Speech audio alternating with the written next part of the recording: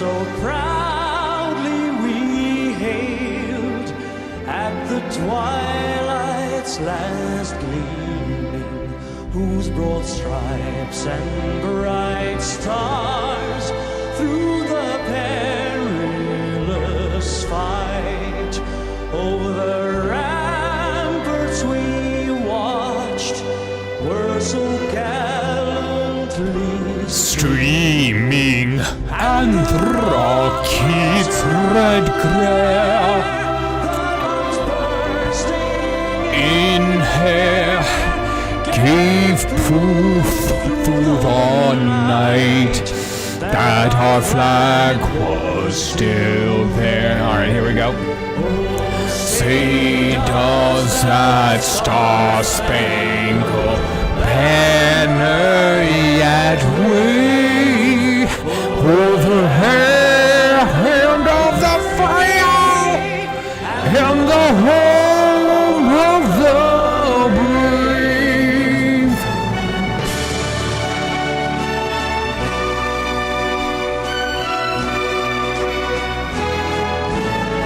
Cheers.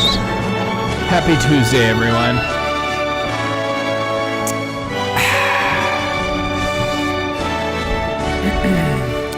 And the rockets red glare, the bombs bursting in air, gave proof through the night that our flag was still there.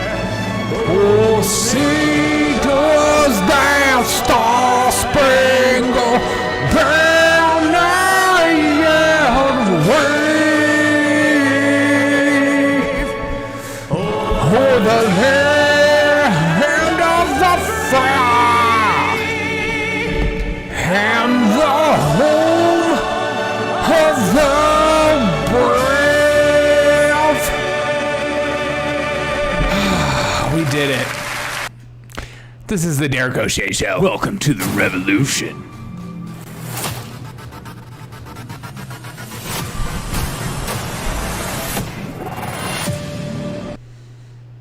What's up, everyone? Welcome to the Derek O'Shea Show. Hope you guys are having a fantastic day. How's everyone? Hope you're doing just fine. I think my settings on my mic are insane, which was good for the singing at the beginning. But now, yeah, what? I don't understand why computers do that sometimes. Sometimes I just like totally mess with the sound and get everything all messed up, and then my picture's all. How's everyone doing? Get in the chat, say hello, say hello. We have new breaking news as we speak. We have new news as we speak. I'm currently live on the YouTubes, on the Rumbles, on the Twitches, on the Facebooks, and the Twitters. So, tell your friends and family about the Derek O'Shea Show. The only way it grows through viewers like you. Anyways, this is breaking news right off, hot off the presses. Igor Danchenko, sources of the Steele dossier, acquitted. Blow to Durham.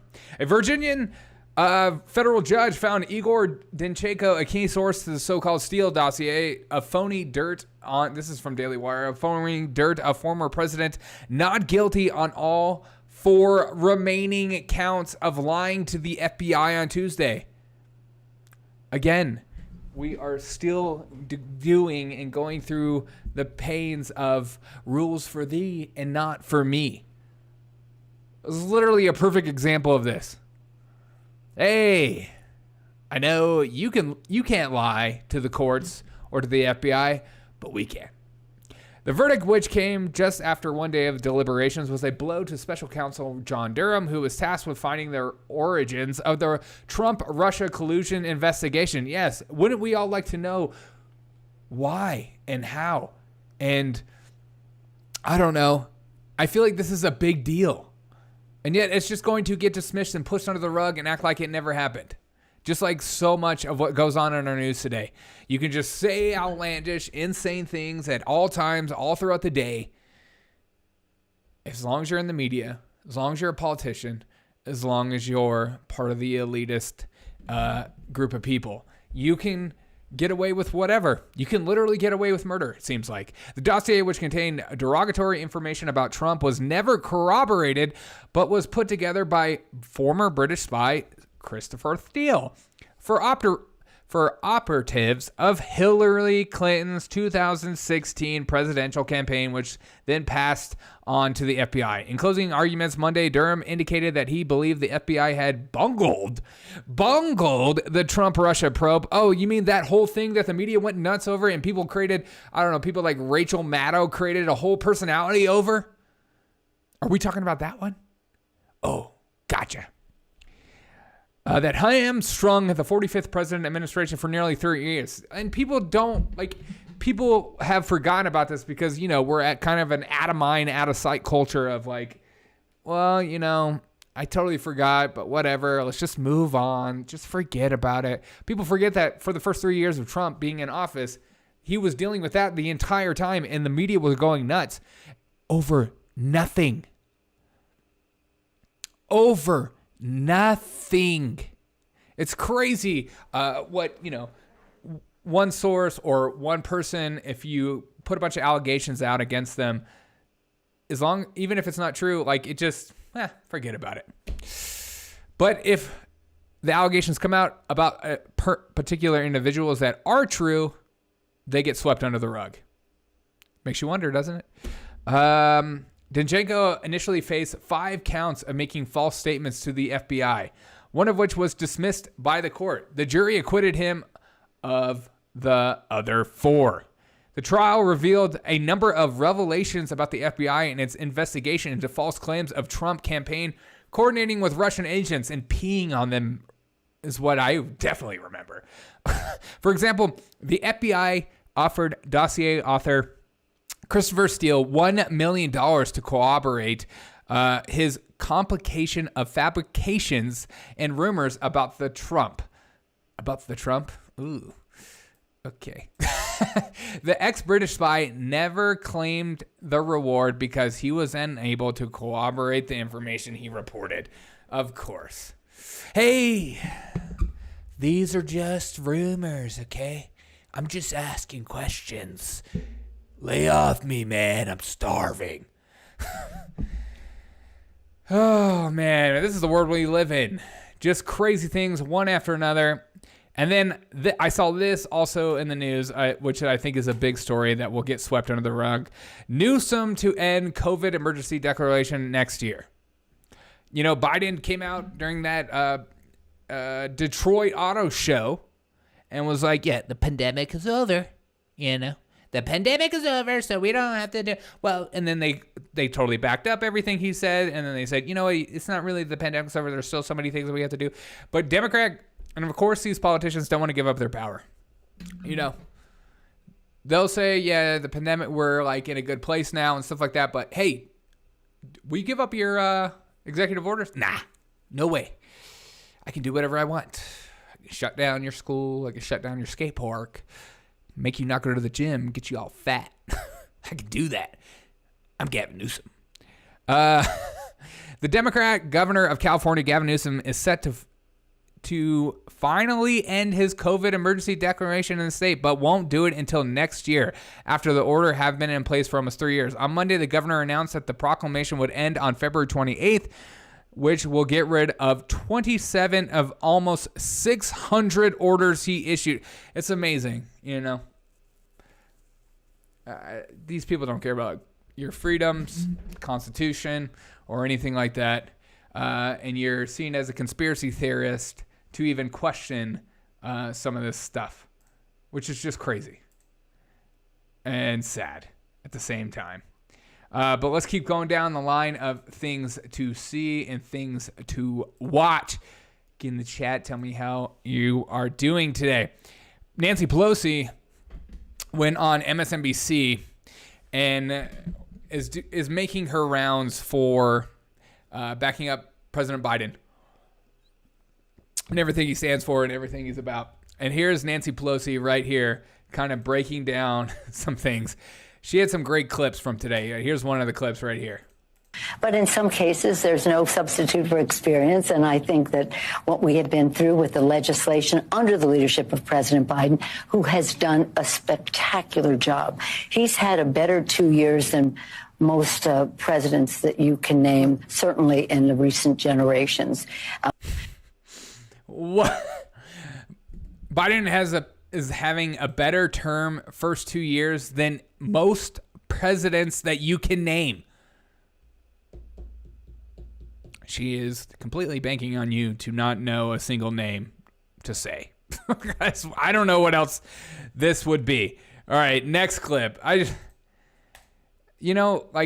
just so fine with lying straight to your face. They don't care. It's like, how dare you ask questions? How dare you even push back in any capacity? You just have to agree with this. And then also today, Jen, I keep calling her Jen Psaki. Karine Jean-Pierre, started talking about OPEC Plus, and I think it should be interesting because there's been so much information that just came out about OPEC and stuff like that, and especially how Biden apparently, according to sources that I've seen, asked for them not to cut back on oil until after the midterms, which is interesting.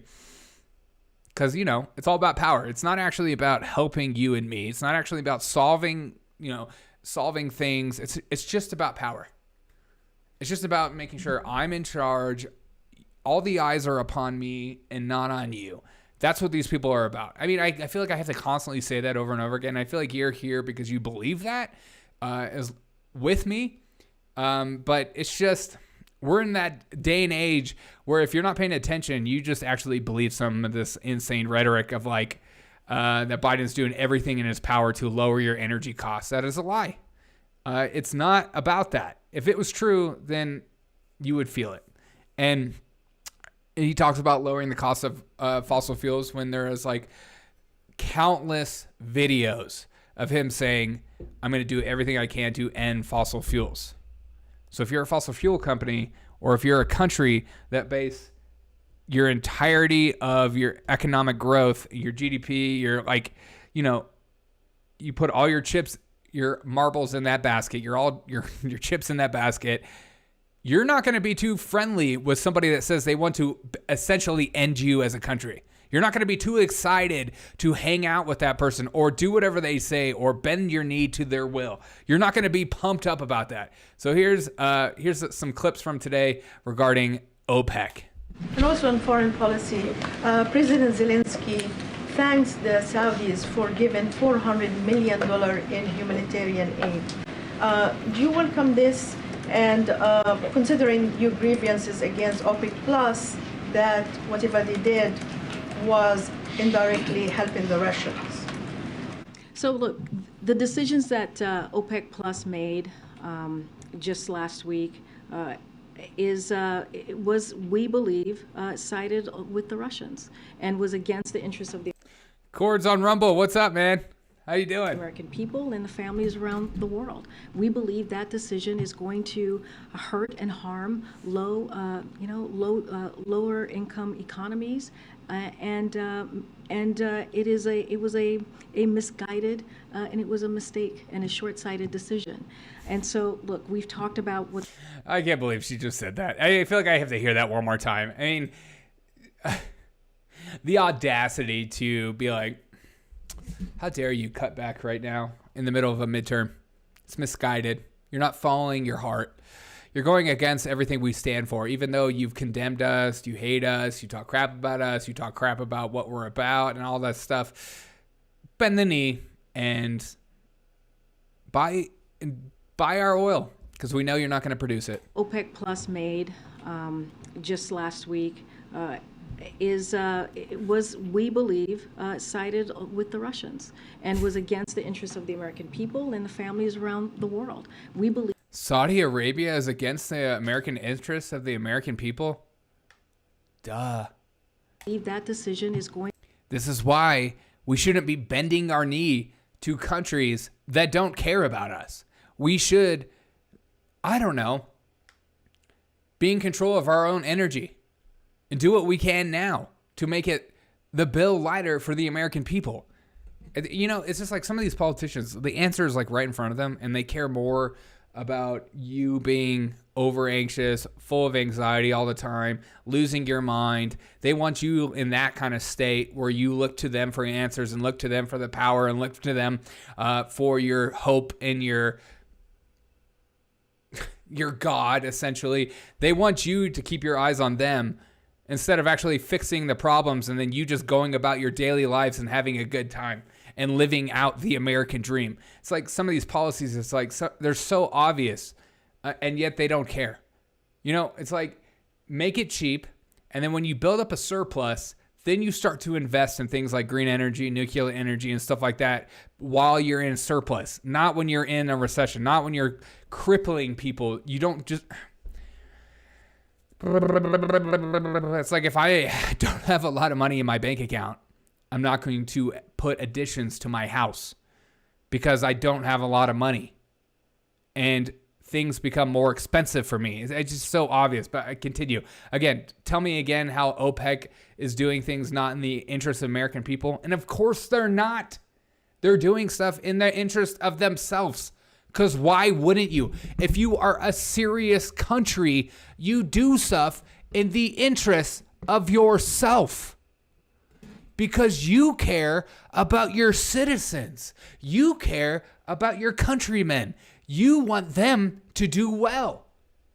Why is this such a foreign concept? Why is this such a crazy idea? Not everyone is just going to be bowing and kneeling before Biden or America in general and just be like, what do you want? Huh? We'll serve you. We'll give you anything. We'll give you the money. We won't cut back on oil. We won't just become mega rich because you're crippling your own citizens. We'll do whatever. What kind of insane leader does that? Oh yeah, ours. Going to hurt and harm lower income economies, and it was a misguided and it was a mistake and a short. Which is like crazy. You're going to hurt lower income economies. Yes. Tell me something like that is literally what the Greens push is hurting lower income economies, aka low income people. People like me or low income people don't have a bunch of money to just buy an electric vehicle. We don't. Or we don't have money, as Joe Biden says, hey, we're giving breaks on like, what do you say, electric coffee machines? We don't have all this money to just throw it at things. But they're so rich, they forgot what it's like to struggle at the gas pump. They forgot what it's like to struggle when you see how much chicken costs or eggs cost and stuff like that. They don't care. They forgot. They're just like, just deal with it. Don't you have somebody that like buys your groceries for you? I mean, you don't even remember how much you bought your eggs for. You have somebody that does it for you. I know you just get the bill. You're just like, I'll have like, you know, fully organic, USDA, pasture raised eggs only. Let's keep listening to this insane video. It was a misguided and it was a mistake and a short-sighted decision. And so, look, we've talked about what the president's going to do next. He's going to reevaluate his relationship with Saudi Arabia. This is it's like the stupidest thing ever. He's got to reevaluate his relationship. The Saudis just recently threatened saying, like, if anybody tries to cripple us or come after us, we will, you know, we're founded on jihad. So, like, I feel like so much in, like, the media, politicians try to make out Joe Biden to be, like, this badass figure. I mean, there's, like, clips of him saying, you know, nobody F's with the Bidens and stuff like that. And, like, the reality is, he's a bumbling old fool at this moment in the eyes of other countries. They're not scared of him. He doesn't freak them out. In fact, he constantly says things before thinking all the time, even though the media never calls them out on it. They just, you know, let it go, where he talks about, how, yeah, we'll defend Taiwan, or, you know, like, or like when we talk about the Nord Stream 2 pipeline, it's like, we'll get rid of it. And you're just like, okay, when you said that, and now it's blown up. What are your thoughts? And you're like, I never said those things. Like, you're like, okay, we just live in such an insane world at this moment. I'm gonna finish this clip. Sorry. His relationship with Saudi Arabia, this is something that he has talked about since the beginning of this administration. He wants to do it in a bipartisan way, which is the way it has been done for the last 8 decades. We talk about our relationship with Saudi Arabia, so he is going to do this in a methodical way, in a strategic way, and he is going to certainly get input from members of both parties. But it doesn't take away. I know what you just laid out, the assistant, but it doesn't take away what OPEC Plus did. That decision was a mistake. And so, again, we're going to reevaluate that relationship, and we'll have more to share. How are you reevaluating it? You know, if you're the one in need, you're the one in need. It's like if somebody wants to buy my car, they'd just like see me driving my car, my truck, and they're like, "Hey, I love your truck, man. I'm a huge fan of that kind of truck. I want to buy that." I'm like, okay, I want this amount of money, and I'm not going to say an insane amount of money because this person just came out of nowhere. It's not for sale. I'm not looking to give them money. Like, I'm not trying to sell my vehicle, and so now's my time to make a buck. And they're going to be like, I'm like, if my, truck's worth $7,000 and I want like 25,000, and they're like, oh, that's unreasonable. I'm like, you're the one that wants to buy it from me. I'm not even selling this thing. I have the power in this relationship. And so that's essentially what OPEC is saying, which is insane. Cord says, how can their decision be a mistake they made? Be a mistake they make. Yeah, I know. Exactly. It's a mistake for us because it sucks. It's going to make the gas prices rise up, especially in the middle of midterms, which they hate because they don't want to lose their power in their seats. But it's not a mistake in their eyes. They can do whatever they want. And why wouldn't you do that? If you're a company and you own all the chips and people are like, we need those things in order to survive, you're going to be like, all right, you're going to have to pay me.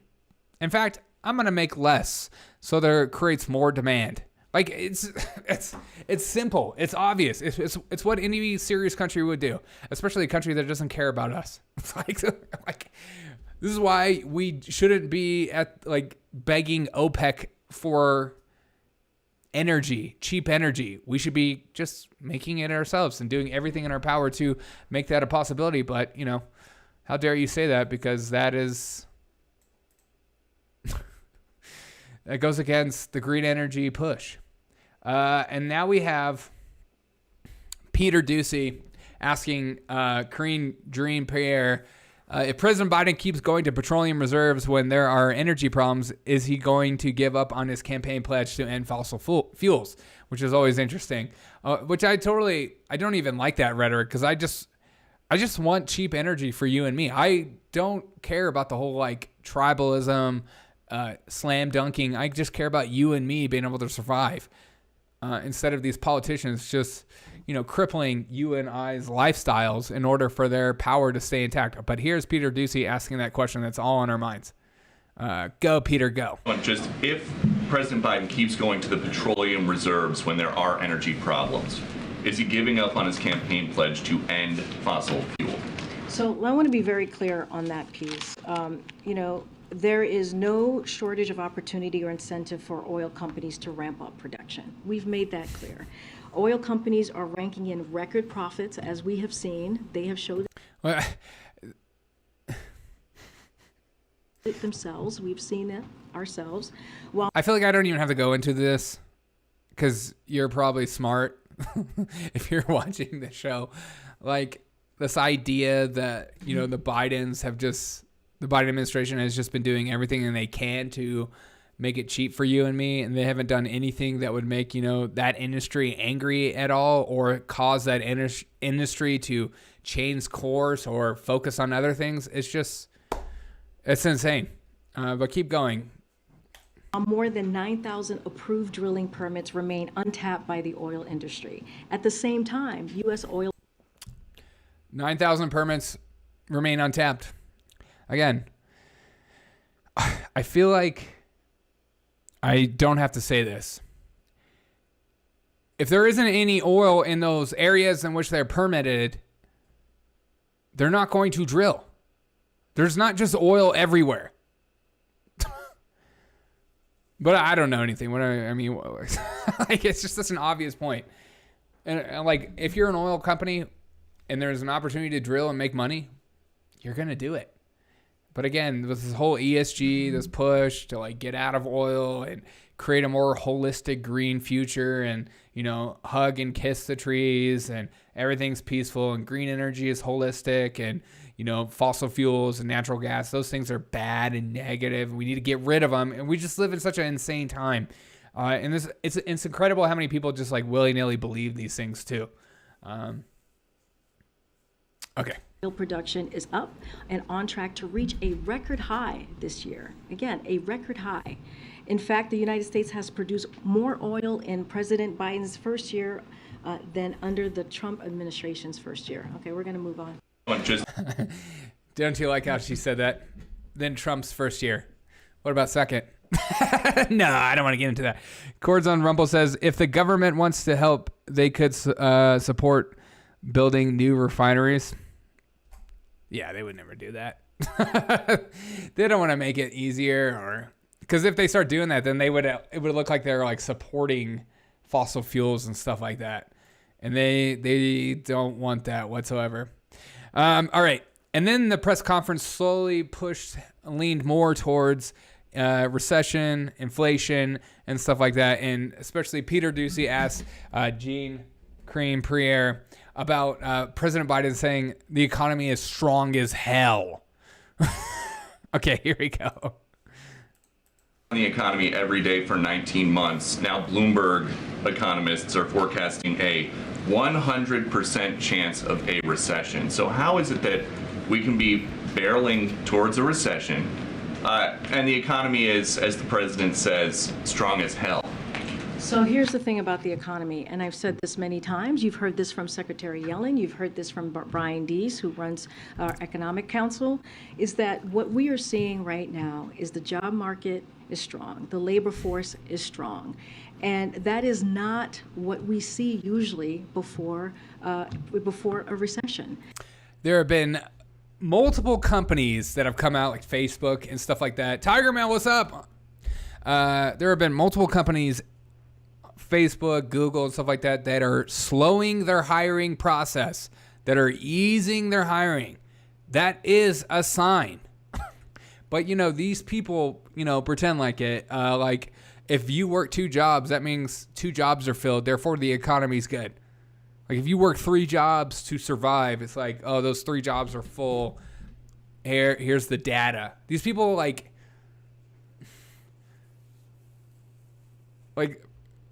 with statistics and stuff like that, they'll just kind of move numbers around.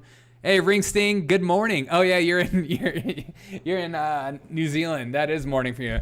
Good morning, mate. They'll just, you know, that's a problem. Like, that's why everyone should take statistics, because it's important to understand how to read statistics and stuff like that, because people will manipulate numbers in order for them to make their point across and stuff like that. Especially, you see that a lot with the gun debate and gun laws and stuff like that. There are so many studies that are not good studies and don't check out, but they use them anyways, and they constantly say these things. That's why she is only talking about jobs, as if that is it. Is that the only indicator of a bad or a good economy? Yes, unemployment isn't good, but there are other factors. Good afternoon. I'll be listening while I'm driving. Yes. Queen Bird, how we doing? How we feeling? Hope you're doing swell. I've been on a rant lately. Good, here we go. As we continue to going down, as Joe Biden says, the economy is good as hell. And so a lot of that is because of the work that this president has done. We are seeing an economy that is resilient. We are seeing an economy that is going into a transition with more stable growth, more steady growth, and that is because of the work that this president has done. That is because of the economic policy that he has put. And also, like, wait till you and I need to wait till Joe Biden stops unleashing our strategic petroleum reserves that is meant for wartime purposes. Wait till that starts to ease up a little bit, and then you will watch how energy prices go through the freaking roof. You're seeing it right now with what's going on in Europe right now. They are freaking out about the winter that is coming. And even Germany decided they were about to shut off their nuclear power, and they decided just recently, we're going to keep them going because you'd be insane to do so. Put forward, and let me remind you, the economic policy that he's put forward is about Queen Bird, I'm pooped, worked a long day. Hey, me too. You and me, we're in this together, Queen. You got this. building the economy from the bottom to the top and the middle out. And that is so important because it means that we leave no one behind. It means that there's equity at everything that he puts forward. And so again, you're going to hear from the president about gas prices. That's again trying to make sure that we continue to keep prices low for the American people.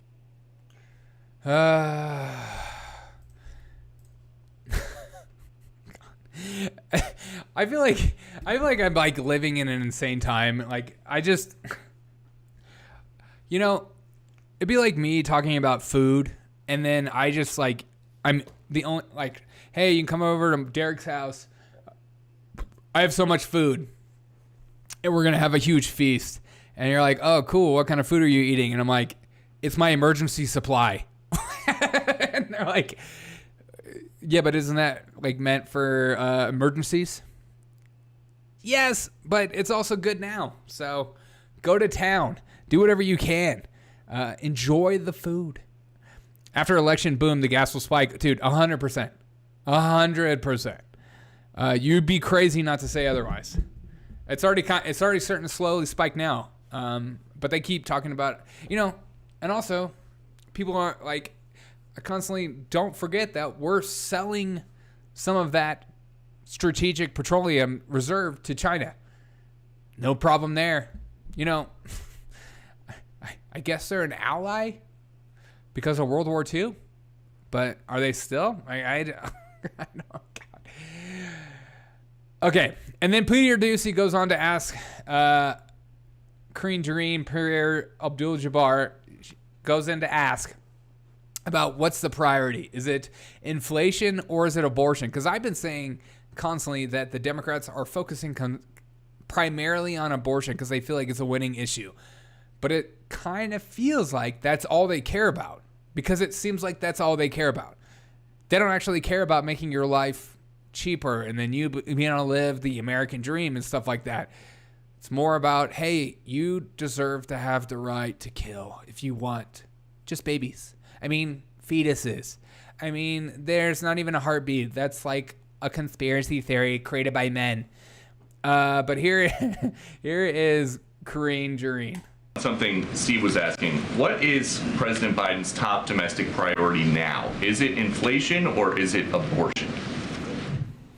The president's going to continue to talk about issues that matter to the American people. And abortion is one of them. Majority of the American people disagree with the decision that the Supreme Court made, the Dobbs decision. That is a majority of the people disagreed with that. When it comes to the economy, the president has made it very, very clear. When it comes to inflation, it is his number one economic priority, and he is doing everything that he can to make sure that lower prices for the American people. It's his number one economic priority. We've heard the president say inflation is his top domestic priority, but now he's saying come next year, his first bill would be abortion related. So is his number one domestic priority abortion or is it inflation? Well, let's not forget what the president has done the last 19 months. He has made the economy his top priority. Do you hear her? She is like, let's not forget that Biden, his top priority has been the economy. Okay, if that's his top priority, that's kind of concerning, wouldn't you say? Am I taking crazy pills at the moment? Ring Sing, is that wine or water you're drinking? It's San Pellegrino. It's a huge, sparkling, natural mineral water.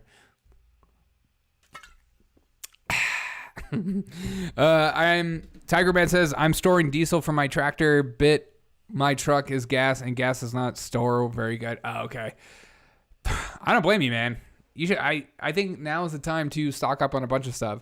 In fact, I think if you don't have an emergency food supply, I think you should always, anyways, especially if you live in areas that can have natural disasters and stuff like that. And we're just going through, we're going to go through some growing pains next year. I mean, people are like already kind of talking about 2023 and how bad it's going to get. More and more people are being honest about that. Even the fact that they're finally admitting we're going into a recession, even though technically by definition terms, we're in one. I think people keep saying it's going to get bad. So that's kind of concerning. But that's why you and I are here together to make that better. Because you and I, we can get through anything together. Chords on Rumble says he's doing everything he can, but I can tell you, but I can't tell you what it is exactly. Well, I can. He's making everything worse. He helped push the Inflation Reduction out, Build Back Better.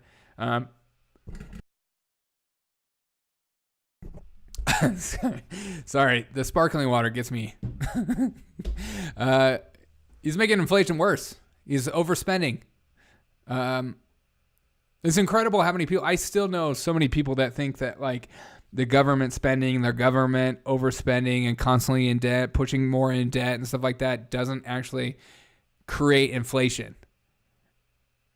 The people that create inflation is the government.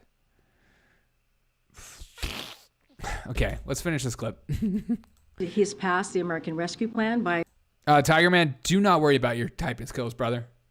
This is a safe space. By the way, as you heard me say all the time, no Republicans voted for that in Congress, and it was a plan... Okay, wait, what did she say? Say all the time, no Republicans... Inflation. Months. He has made the economy his top priority. He has passed the American Rescue Plan by the way, as you heard me say all the time, no Republicans voted for that. Yes, and guess what? It was titled the American Rescue Plan, and we're not going to go into what was actually in the bill, but the title was the American Rescue Plan, and that makes the Republicans against rescuing Americans. Everyone knows that.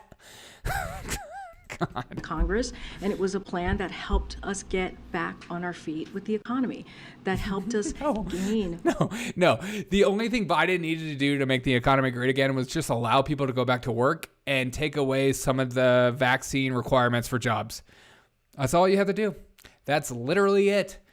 And he didn't do it. And then he was set up for success. He was set up for just a slam dunk, a home run, and he decided, you know what? I'm going to fix things. And the minute like any governmental official says, you know what?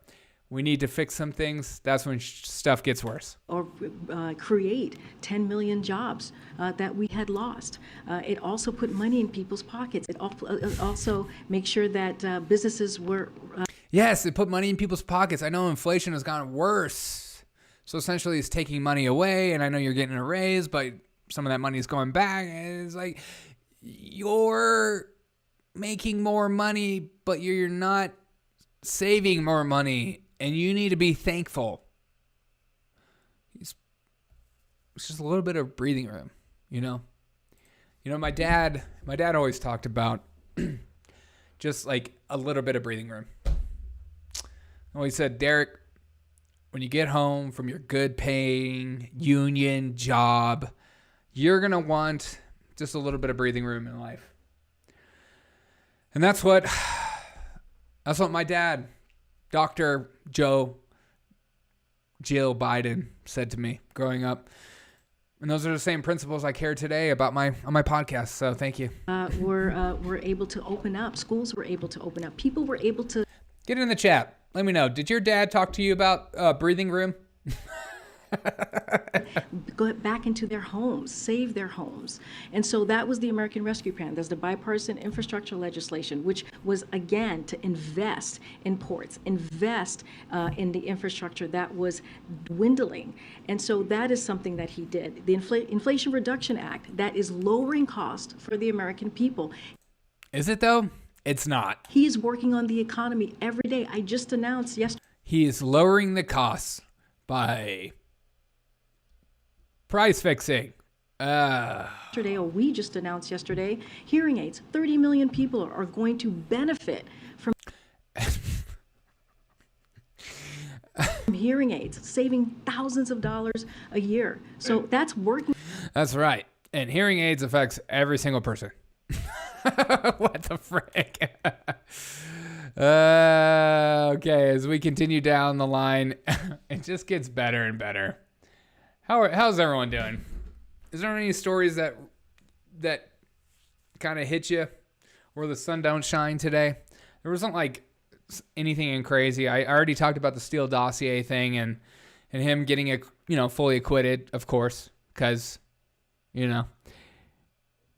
Cords on Rumble says hearing aids, she's killing me. I know. Yes, Joe Biden has. I know all the prices are going up and inflation is getting worse, but those hearing aids are cheap, and you should be thankful.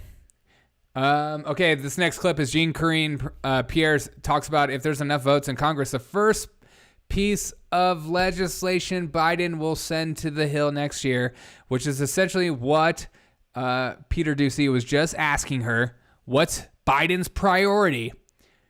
And he says if there's enough votes in Congress, which is crazy they can't pass this right now. Why can't you do it now? Well, there's not the right votes. The first piece of legislation that Biden will send to the Hill next year will once again make Roe into law of the land. And here is Biden's priority. Again, I've been saying this constantly. This is the only Democratic platform, is abortion. This is the only thing they're focused on. They think that's all you care about. I need the right to be able to start my life when I want to start it. And I don't know what a condom is. And I don't know what birth control is. And I don't know what spermicide is. Sorry, this is a PG-13 show all of a sudden. Okay, here we go. Here is Biden's priority. That Roe was rightly decided nearly 50 years ago, and that women should. President Biden believes that Roe was rightly decided nearly 50 years ago, and that women should be treated with compassion. They should be treated with dignity. They should be treated with respect. And also have the privacy to make incredibly personal decisions. And oftentimes, let's not forget, difficult decisions about their own health care. If there are enough votes in Congress, the first piece of legislation the president is going to sign, or he will send to the Hill, I should say, next year in the new Congress, will once again make Roe the law of the land. And he will sign it into law around the 50th anniversary of Roe v. Wade. The stakes could not be higher for women. I'm sorry. Like when I start to listen to people read off stuff and try to overemphasize things or over emotionally speak or reading something for the first time and she's like trying to conjure up emotion. It feels so fake, and that's exactly what she's doing. She's just like, you should be excited about what I'm saying as I say, even though I'm not even excited. I don't even know what I'm about to say. It's just insane. Tiger Man says the Democrats lose voters after many years now. The public can heat what they are saying thanks to cheap hearing aids. Yeah, can hear what they are saying thanks to cheap hearing aids. Hey, that's a good point.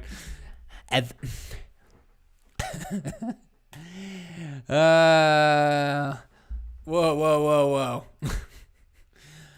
Thanks to Joe Biden and what he's done for the hearing aid community, you too can vote for him this upcoming election.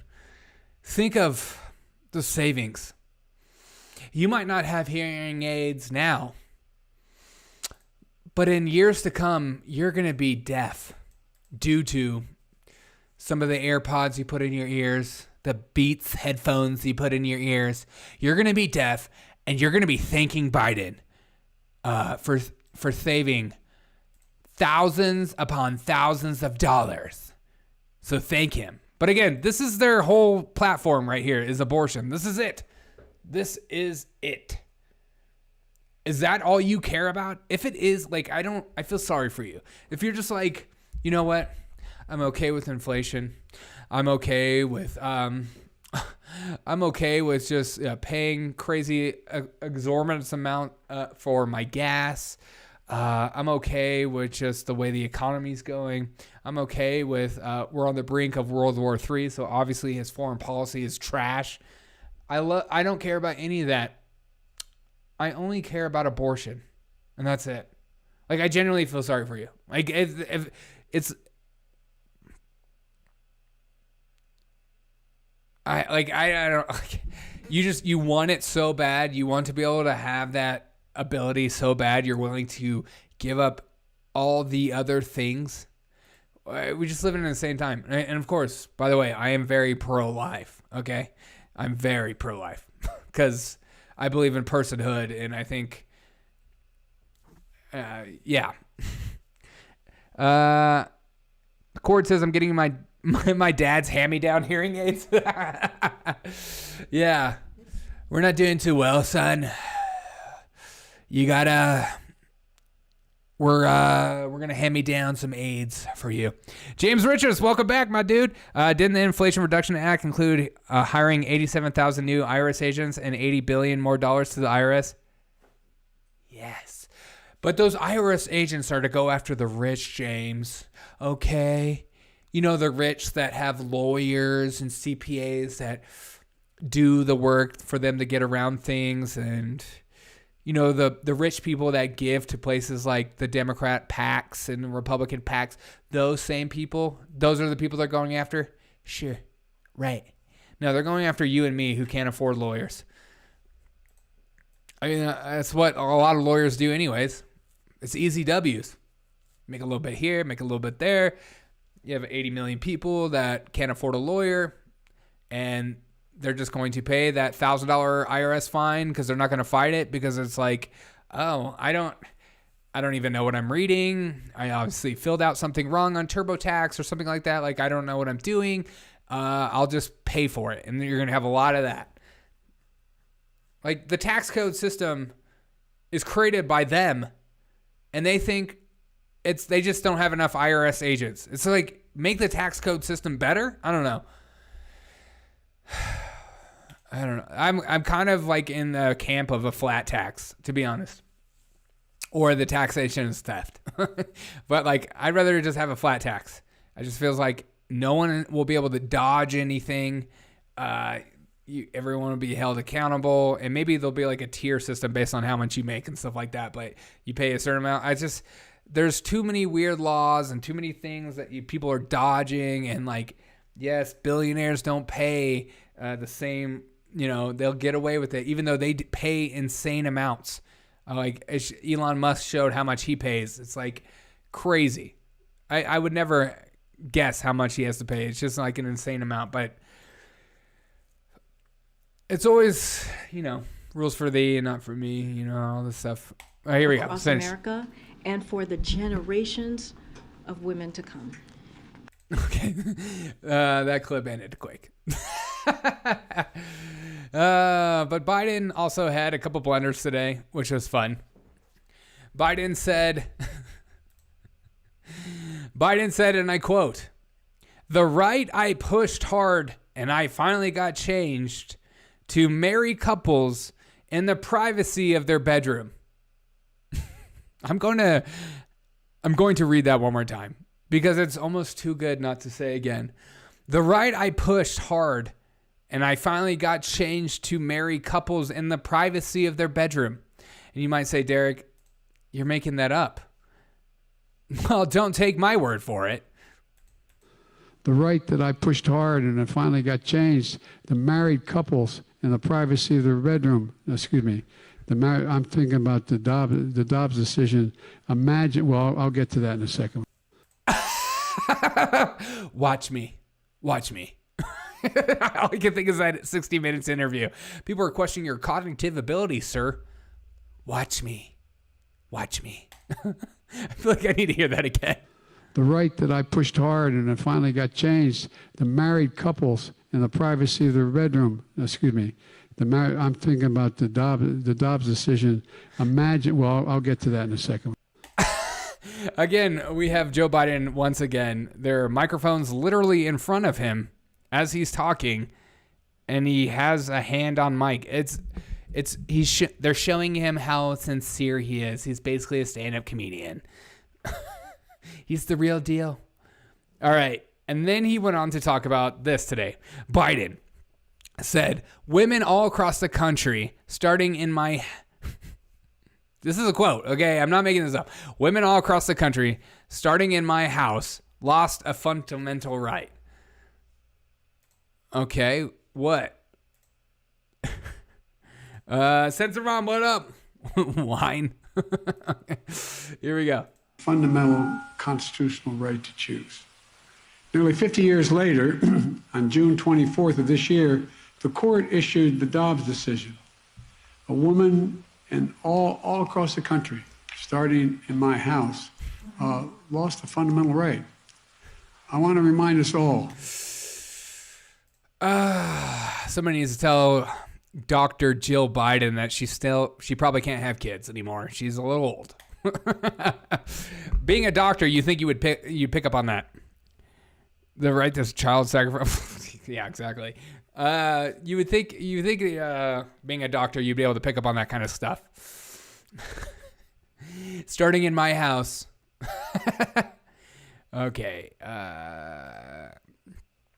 Speaking of like child sex stuff and child crazy, I don't know if you've seen this video going around today of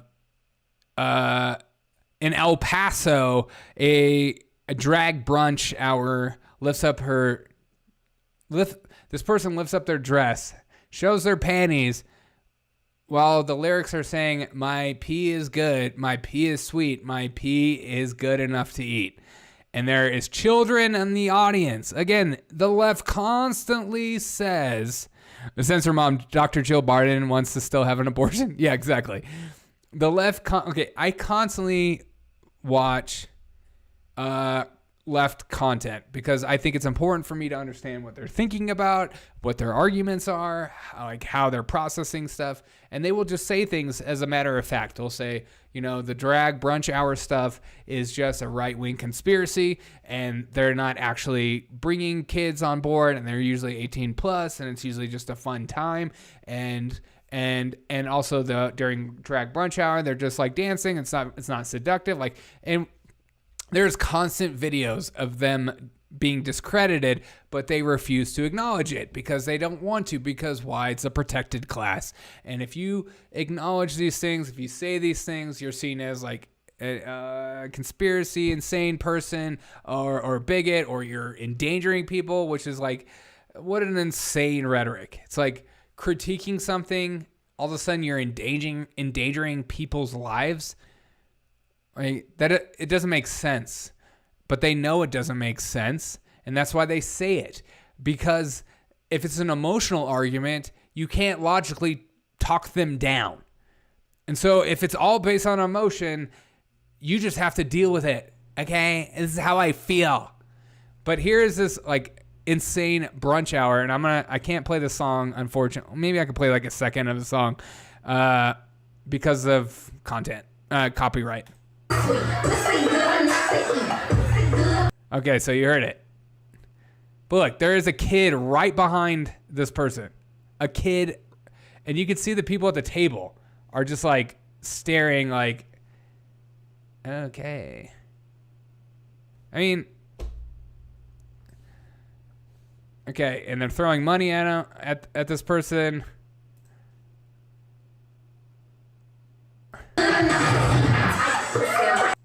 People are laughing, having a good time. I mean, look, just showing them, like, lifting up their dress and then they're twerking. And it's like, and then like you always hear like people on the left like, well, people on the right take their kids to Hooters. I'm like, I don't think that's a good thing. I mean, what? But also at Hooters, they're not dancing and twerking and like showing. Like I just like this is child, 100%. Like if people don't think it's child abuse, they don't understand childhood psychology. They don't understand brain development. They don't understand what's important for kids at these certain time periods of their life.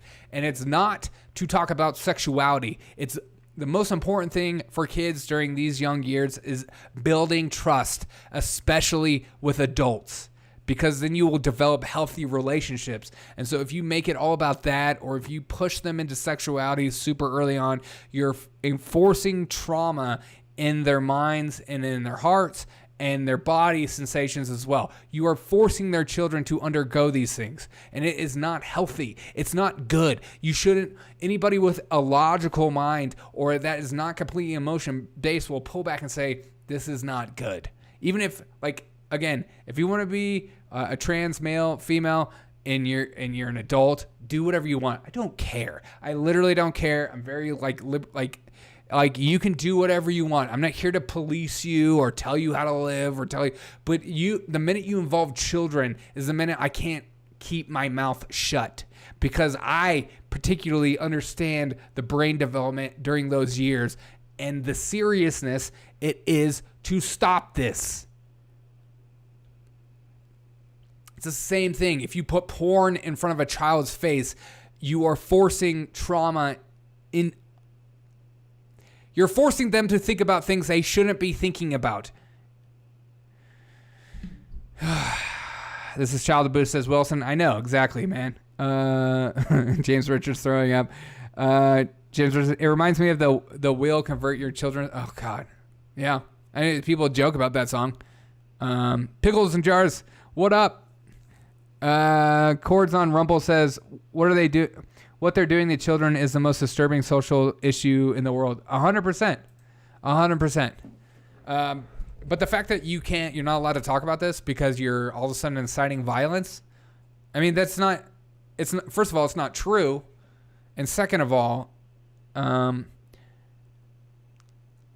like I think the person dancing is a problem, but I think the real problem is the parents that are going there, and also the company that is encouraging it and allowing stuff like this to happen. Those are the problems, because those should be called out.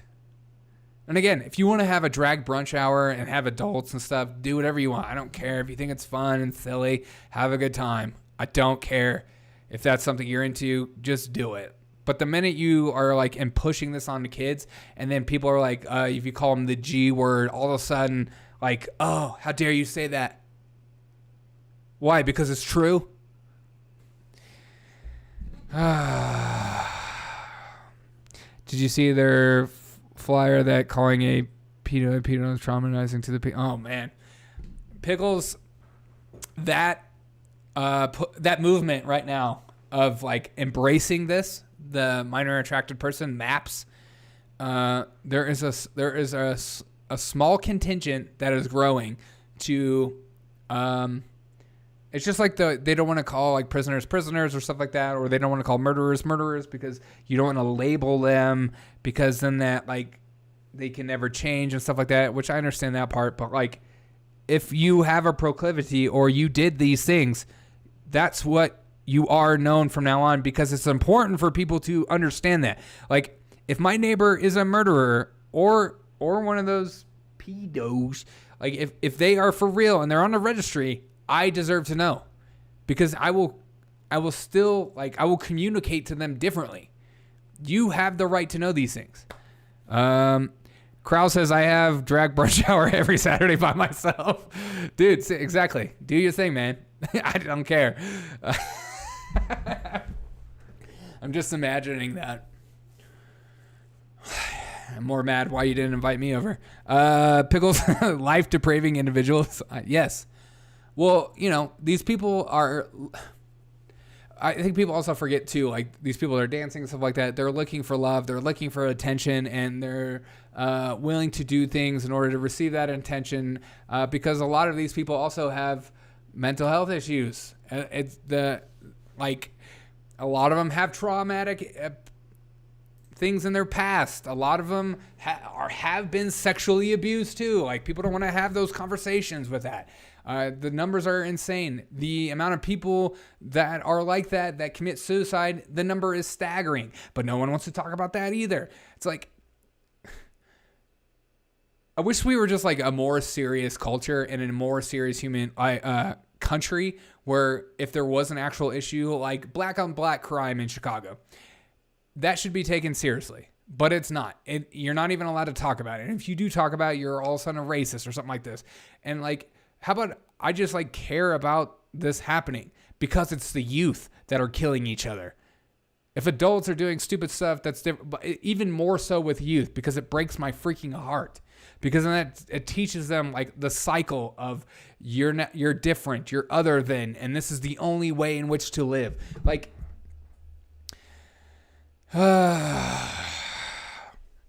Court says, I don't understand why our society doesn't go after them like Penn State incident. It's part of the new religion now, It's part of like what they believe to be truth, and because they have no morality. And so who are you to question their morality if there is no God or whatever they believe, Like, this is just part of their thing. And that's why they get so, because it's all faith-based, What they believe is solely based on faith, because in the minute you bring to them facts, the minute they get overwhelmed and start to freak out, because it challenges their ideology, challenges their religion, challenges their faith, and that's not okay to do.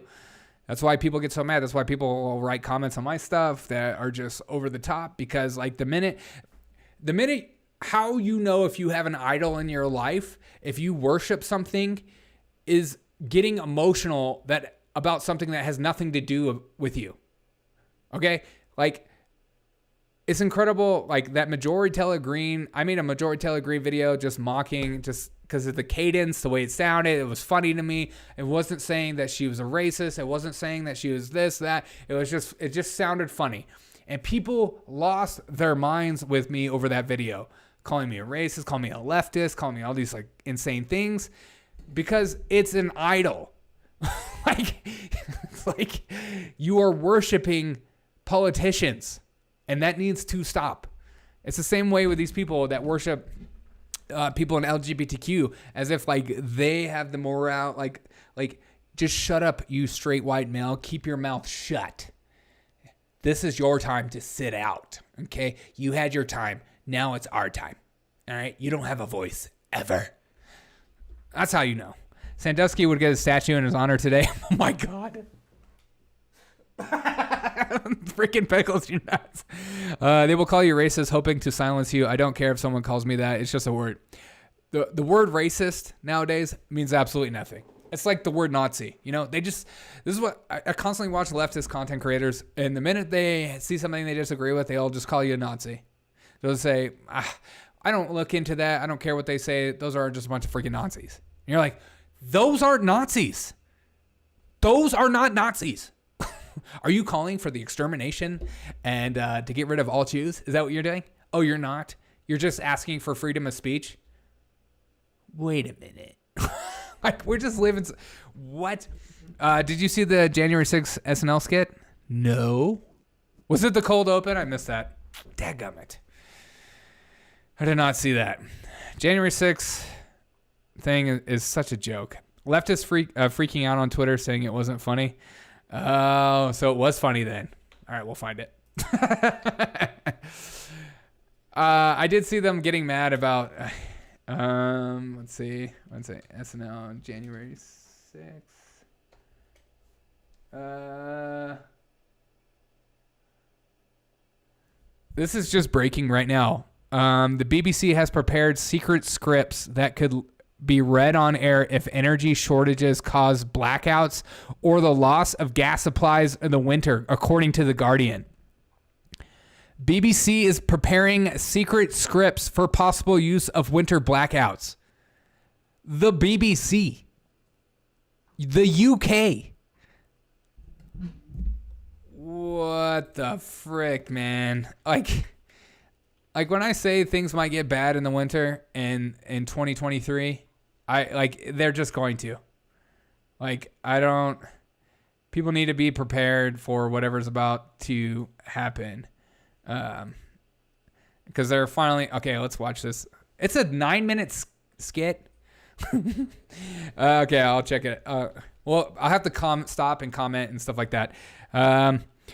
Thank you for, I like when people like you, just tell me videos to watch. That's what I kind of want this show to be about. I just want to have fun. There's so much insanity in the world. Let's have fun, but also call out some of the craziness. Cord says the UK has been flipping out lately. I know they have. All the UK, all of Europe has been freaking out a little bit lately. I mean, that's why you see what happened in Italy with the conservative being elected. They're not happy about what's going on. I used to think being called a racist. James Richard says I used to think being called a racist was wrong, but sometimes it has a pattern recognition and racial consciousness instead of ignorance and hate. Yes, yeah, I grew up thinking being called a racist was wrong because it was wrong when I grew up. When you met a real racist, when I grew up, they were real. And the reason I never really met a true racist, but now everyone just throws that word out for everything.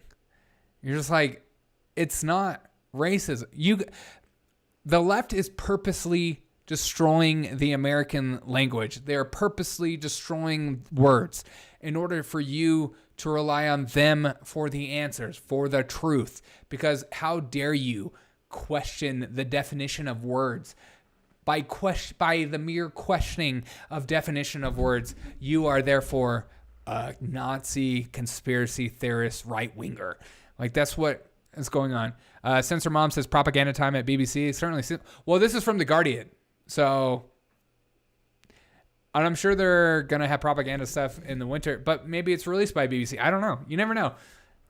Always thinking in 4D chess. Did anybody ever respond to the German official that talked about September 24th being a day to remember 2 weeks before that? I didn't see anything about that, but I saw that and then it slowly went away. Crow. Yeah, somebody said he slipped up and met some other date. Okay. See, stories like that kind of get pushed under the rug. All right, I'll give this a quick chance if this is funny. Because I know nobody in my chat watches SNL. You're watching C-SPAN. Can you believe it stands for Cocker Spaniel? We're now returned to the closing statements of the... Oh my God, it's already bad. January 6th committee to investigate the attack on our nation's capital.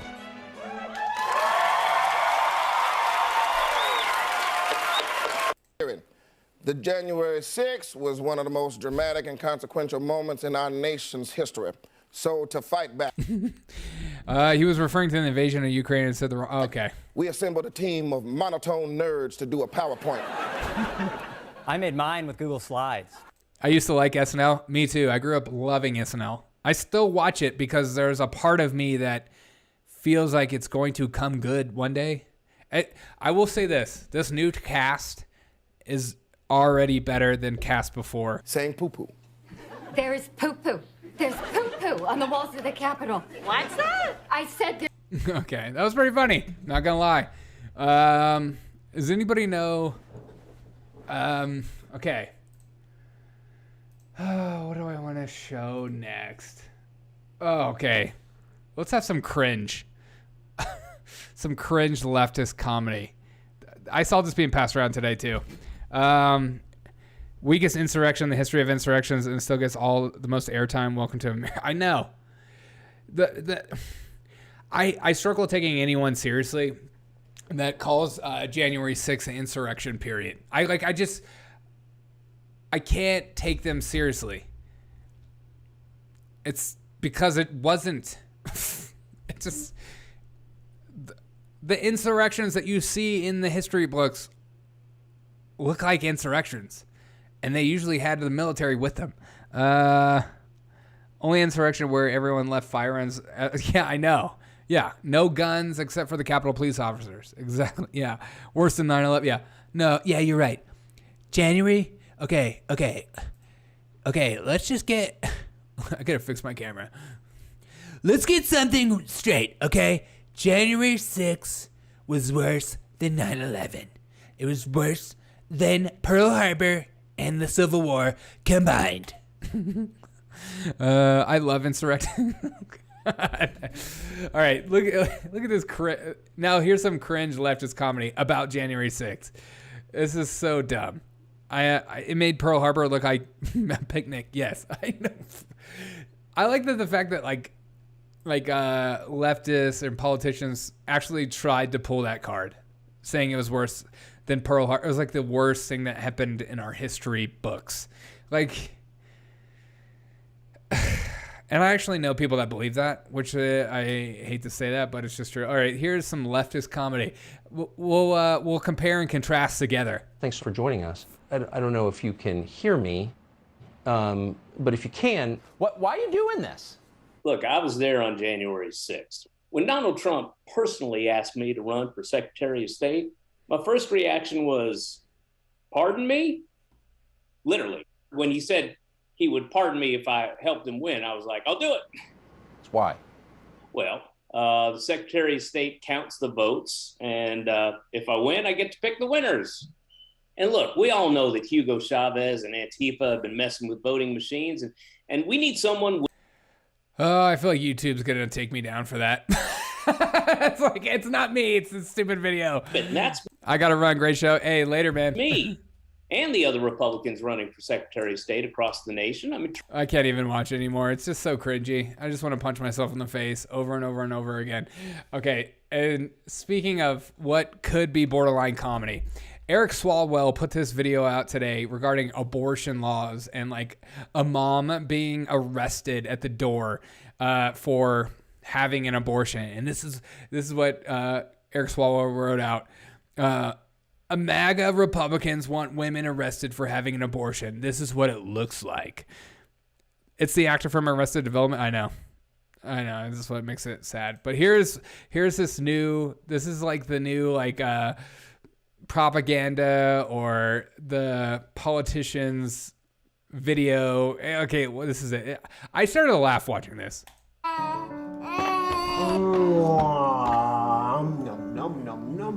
You're weird. He is weird, but cute. Gross. Mary Anderson? Yes? I have a warrant for your arrest. Arrest for what? Penal Code 243 violation. Unlawful termination of a pregnancy. You gotta be kidding me. That is my personal business. That's for the courts to decide, ma'am. Your medical records have been subpoenaed, and Dr. Landry's already in custody. No, my God, you can't just... You will have to submit to a physical examination. I like the guy. You will have to... You're going to have a physical examination. What? By who? No one's touching me. Ma'am, turn around. Put your hands behind, This ad is behind your back. Now. Why is this happening? From the people who wanted the police to force a jab on you. Exactly. Love you, honey bear. We're just enforcing the law here. That's my favorite part. We're just enforcing the law here. Hey, I'm just doing my job. Love you, honey bear. We're just enforcing the law here. Elections have consequences. Vote Democrat on November 8th. Stop Republicans from criminalizing abortion everywhere. Protect women's rights and freedom. I think people lit him up for this. My baby, my choice only applies if Pfizer doesn't make... Yeah, exactly. Oh, he got rid of it. Oh, he deleted it. Or he... As soon as I refreshed it, he got rid of it. Oh, that Eric Swalwell. He's so silly. Weren't you the guy who got pegged by the Chinese spy? Lucky Fake Fang went home. You know, who made this freaking meme? Chilling share everywhere. Abortion is good. Like, I like it. How were the Chinese able to pull a honey trap on you? Because I'm covered. Picked by Chinese spy base. I know. You actually made money making this. Spent money making this. It's just kind of. Oh, okay. This guy fixed it. What did he do? You're weird. He is weird, but cute. Oh, this guy put a laugh track on the the back of it.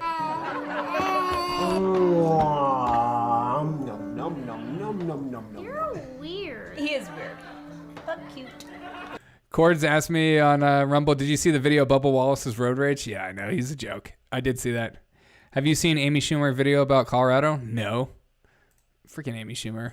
She has a new sketch comedy show coming out. She's a joke. You're weird. He is weird, but cute.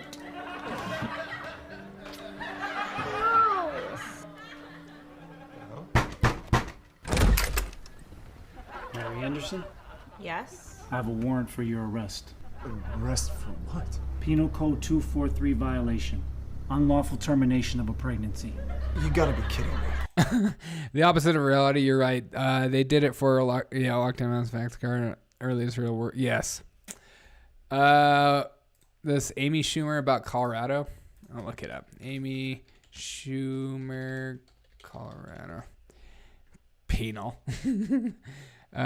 Amy Schumer shills for radical left groups and skip promoting Colorado abortion utopia. Oh. Okay. Wait, is this it? Okay. Colorado. Come for the fresh air, the perfect mountains majesty, a magical night under a magical sky. Whatever kind of experience you're looking for, you can find it here in Colorado. But we're more than just beautiful wilderness. We also have bustling town centers and access to all the services you may need. All as legal as a fresh mug of hot cocoa is refreshing. Visiting here was on our bucket list of things to do before we die, which, honestly, I might have if I hadn't been able to visit Colorado. Not that you need some big dramatic reason to come to Colorado. No one should have to justify a trip to Colorado. Maybe you just want to do with your own body what you want to do with your own body. And if that's come to... Is this supposed to be funny? like, I'm waiting to laugh. I'm waiting for the punchlines. How about George Floyd family suing Ye? Yeah, I did a whole video on that earlier. Check it out on my thoughts on that. Liz Cheney 2.0. I know. I hear. Oh my god. It's from her sketch show, but I legit thought it was real for me, dude. Like, this is not fun. This is supposed to be a comedy. This is the problem with what SNL used to be and the left. They're more worried about a message than they are about just being funny. Okay. Colorado, that's all right by us. My employer actually paid for my trip to Colorado. They covered travel and time off. I mean, I did have to get HR involved in my personal life, which is obviously not ideal, and they didn't cover childcare while I was out of town.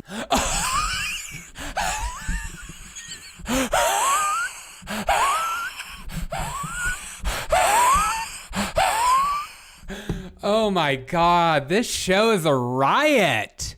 This show is a riot. But still, I'm grateful for access to Colorado. Colorado is more centrally located than you think, especially if you're coming from, say, Utah, Arizona, Wyoming. Yes, it's political propaganda thinly veiled as I know. Nebraska or Oklahoma.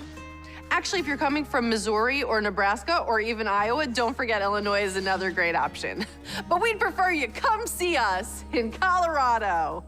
But seriously. I swear she didn't put Kansas, because I think Kansas just has abortion that's legal, because I just voted against it. favor for it, which is interesting. Watch my kids while I kill my other ones. Exactly.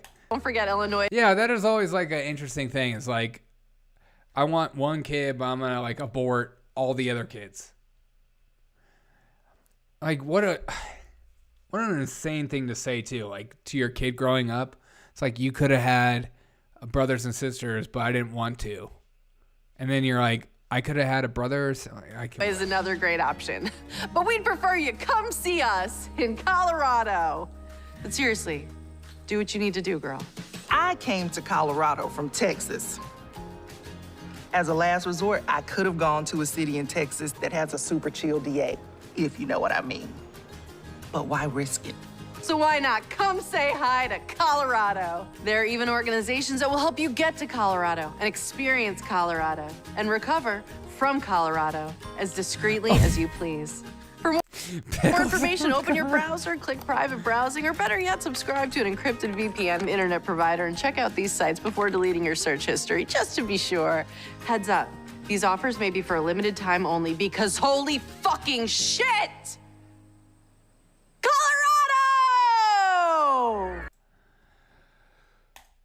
Oh my God. Whoa.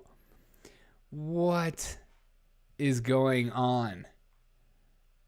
I think that, okay, so you posted this. She has 1,200 likes on this video. 1,200 likes. And she has how many followers? 4.4 million followers. Yeah, I don't have just a bunch of bots following me. 1,200 likes.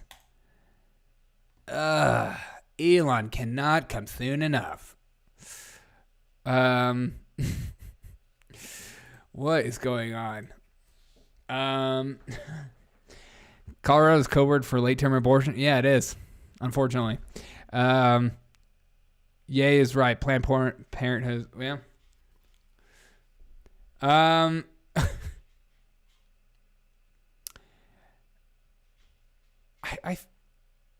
So I've seen like conflicting information when it comes to the Planned Parenthood and the girl that created it. I forget her name.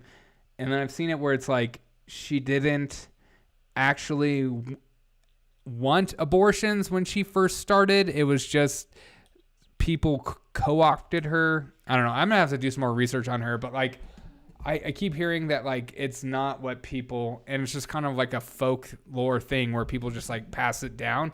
And so I'm gonna have to do more research on that. And I think it's like something people just say, like, Margaret Sanger. Yeah, I think I can't tell if it's something people just say, like calling Trump a Nazi and stuff like that. Like it's what the right just kind of says. I've seen more people like debunking it and like Planned Parenthood taking over from what she actually wanted, and she actually wanted to help provide more like birth services for low-income communities, and then it was like taken over. So I'm gonna have to look more into that. But I do know that she was for what's it called? Not genocide, but I'm blanking. God. I'm on vacation to the 20th of December. Dude, congrats. Are you in school right now? She was a huge abortion and birth control supporter. Yeah, I'm going to have to look more into that. Like, give me some articles, because I've seen people where they say otherwise. Eugenics. That's the word I'm looking for. Thank you, James. She was for eugenics. I do know that. Thank you. Freaking James Richards coming in hot. I'm coming in hot. But I think this Joe Biden video sums up his entire presidency. God bless you all, and may God protect our troops. Thank you. I'm sorry. Troops. Thank you. I'm sorry. Thank you. I'm sorry. That is Joe Biden in a nutshell. He's a great president, though. As Nancy Pelosi says, he's done more in the first 2 years than any president you can think of. 2 words. Joe Biden sucks. Thank you. I'm sorry. I'm going to save this video for later. Okay. Okay. I also saw this video being passed around today, and I thought this was freaking hilarious. Of this priest going nuts on this kid.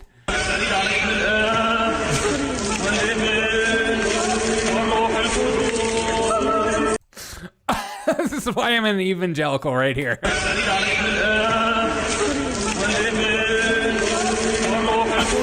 Oh God, that's freaking nuts, dude.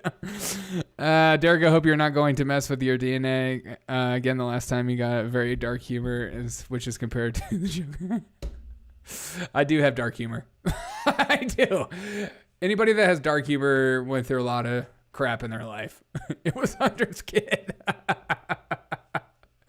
Dude, honestly, this is like the fastest dunk I've ever seen.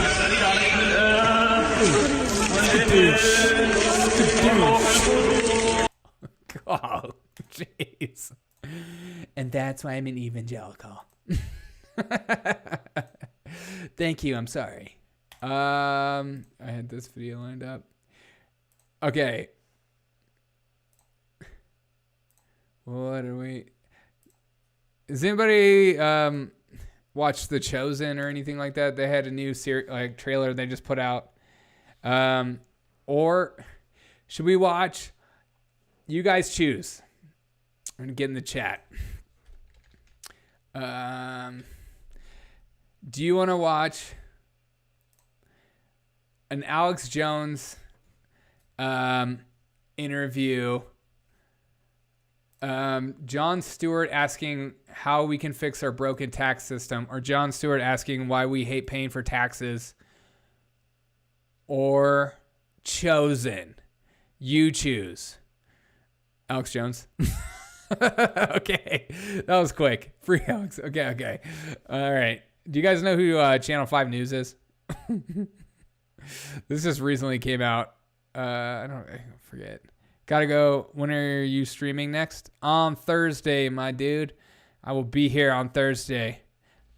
I try to stream at like 6 p.m. Eastern time, but it just depends on my work because my work schedule is all over the place. Okay. I don't know if you've seen this, but this looks incredible. Do you feel responsible for what happened to the Sandy Hook families? Yes. Daily Wire should let you act if you have a Dude, I would love to act for a comedy movie. I would love to write for a comedy movie. It would be like my freaking dream, man. Let's make it happen. But this channel is pretty funny. Channel 5 News. Oops. I killed the children. But beyond that, I went in that school. Okay. I watched like the first 5 seconds of the interview, and it was like, it is crazy. Do you feel responsible for what happened to the Sandy Hook Become a gigolo and you can pick your own hours. Okay, yeah, help me with that, man. families? Yes, I killed the children. But beyond that, I went in that school. I pulled a gun out and I shot every one of them myself. I mean, I'm guilty. It's true. No, but no. Let's just. Do I feel responsible that someone that played shoot 'em up video games on a bunch of drugs went and killed a bunch of kids, and then the internet questioned it and I covered that? They staged Sandy Hook. The evidence is just overwhelming. We've looked at all sides. We played devil's advocate from both sides. No, I don't feel responsible, and I don't apologize anymore. I'm done. Mm-hmm. I don't apologize. I killed the kids. Was there a definitive? No, I killed them. I think like having Alex Jones on a show would be like a dream. You just kind of sit back and just allow him to just be himself. I mean, this is crazy. Oh heck yeah, pickles. Oh really? That's it. That's kind of like there was like a tweet being passed around of like, have you ever seen pictures of Michelle Obama being pregnant? I killed him. You didn't kill him. No, I did. No, you didn't. No, everybody said no. I killed him. I already admitted I did it. I killed him. I'm the bad guy. I'm the devil. Get rid of the First Amendment. Can we move on to other topics? I don't think. I killed him. First Amendment killed him. Get rid of the Second Amendment. Get rid of the First Amendment. They're bad. They killed the kids too. George Washington killed him. Jesus killed him. We should rename the whole planet Sandy Hook. Everything. There should be holidays. We should bow 5 times a day to... Okay, how is he not laughing? It's like he doesn't know what to do with it. He's just like, I don't know how to act. I would be like laughing and be like, "Are you okay?" And like, I would just be like, "Wait, what's going on right now? Are you being serious?" Like, what was going? Thanos is right about American population should be cut in half. Exactly. Whoa. Only Sam Hyde was killed. Yeah, Sam Hyde. Freaking Sam Hyde. I'm coming for you, Hassan. To New Haven, Connecticut, for the kids that died. Every American's to blame. Every gun owner's to blame. I'm to blame. We're all guilty. To Bloomberg and Soros, turn our guns in. Turn our guns in. I know, I did it. I killed them. I killed them. I killed them. I just like it so much. It's like it's like such a riot. I just the shoot did have a nose like that. Okay, that makes sense. I know, I killed them. So I'm done talking about it. Okay. I killed them. Okay, go ahead. Can we talk about the trial at all? There's nothing to talk about. Yeah. Let me tell you, I don't know if I can do this interview right now. You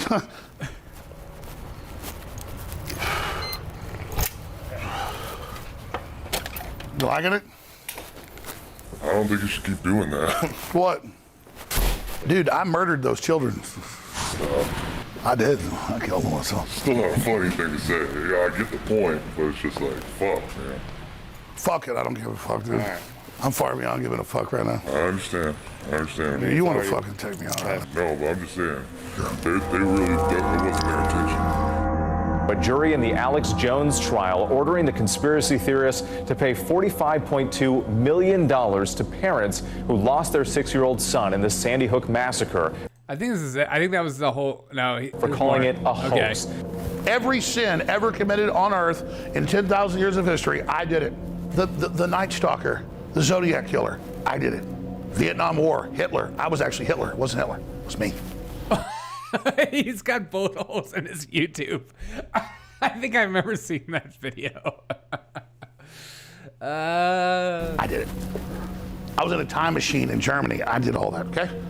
I did everything. And that's what I accept. So, you're here with the bad guy. You're here with the villain. Lex Luthor, right now. You're talking to him right now.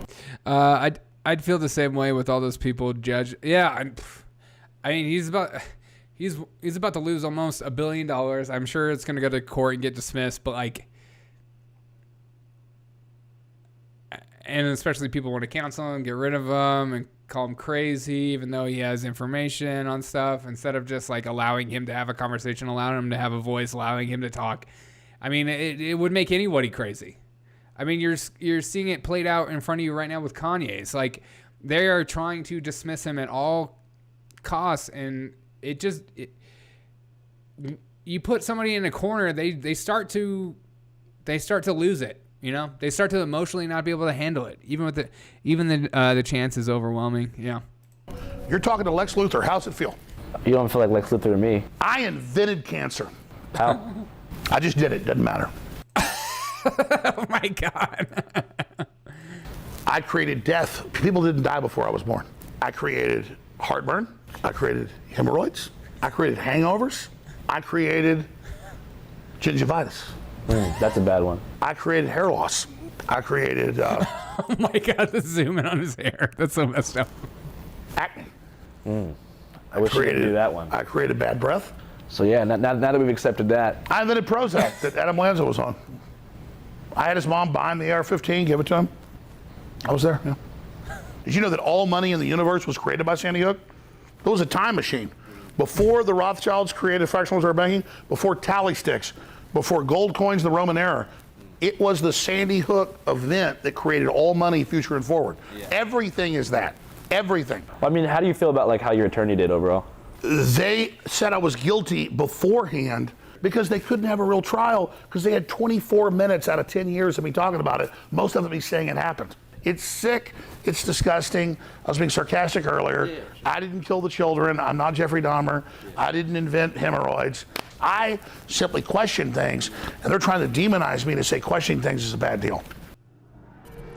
and elementary school. Okay, I think this is the end of it. Is this the internet? No, there's more. Okay. Good Lord. I mean, this is an interesting interview. I'm glad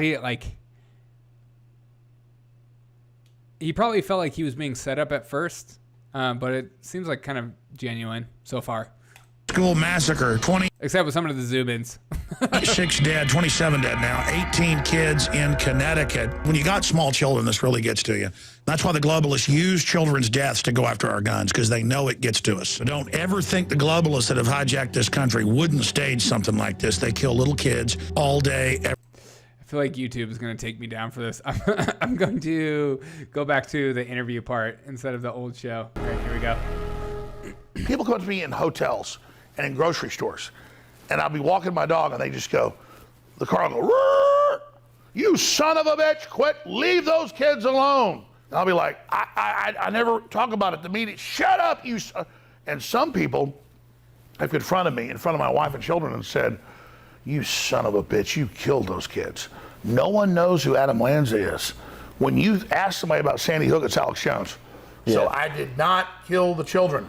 But do you feel any sense of responsibility for the way the lives of the Sandy Hook families were affected? An emotional day of testimony after 3 family members whose loved ones were murdered at Sandy Hook Elementary School took the stand describing the harassment they endured. I think this is it just goes down to the whole conversation of even if I was to say something crazy and then you were listening to me and then you went out and committed acts on your own behalf, he didn't tell people to do these things. I know they were harassed by people. They showed up to people's homes.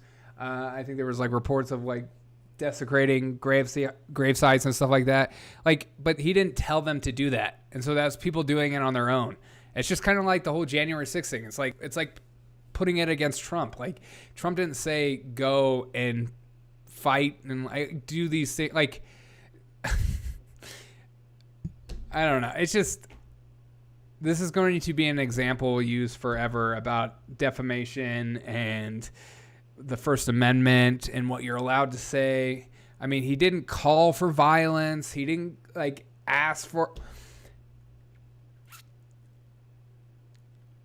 We just live in such a crazy time, and he did apologize, and he's apologized a million times for saying these things and said he was wrong. And I've seen him say it over and over again. And I think that's the biggest takeaway from this is that you're going to get stuff wrong.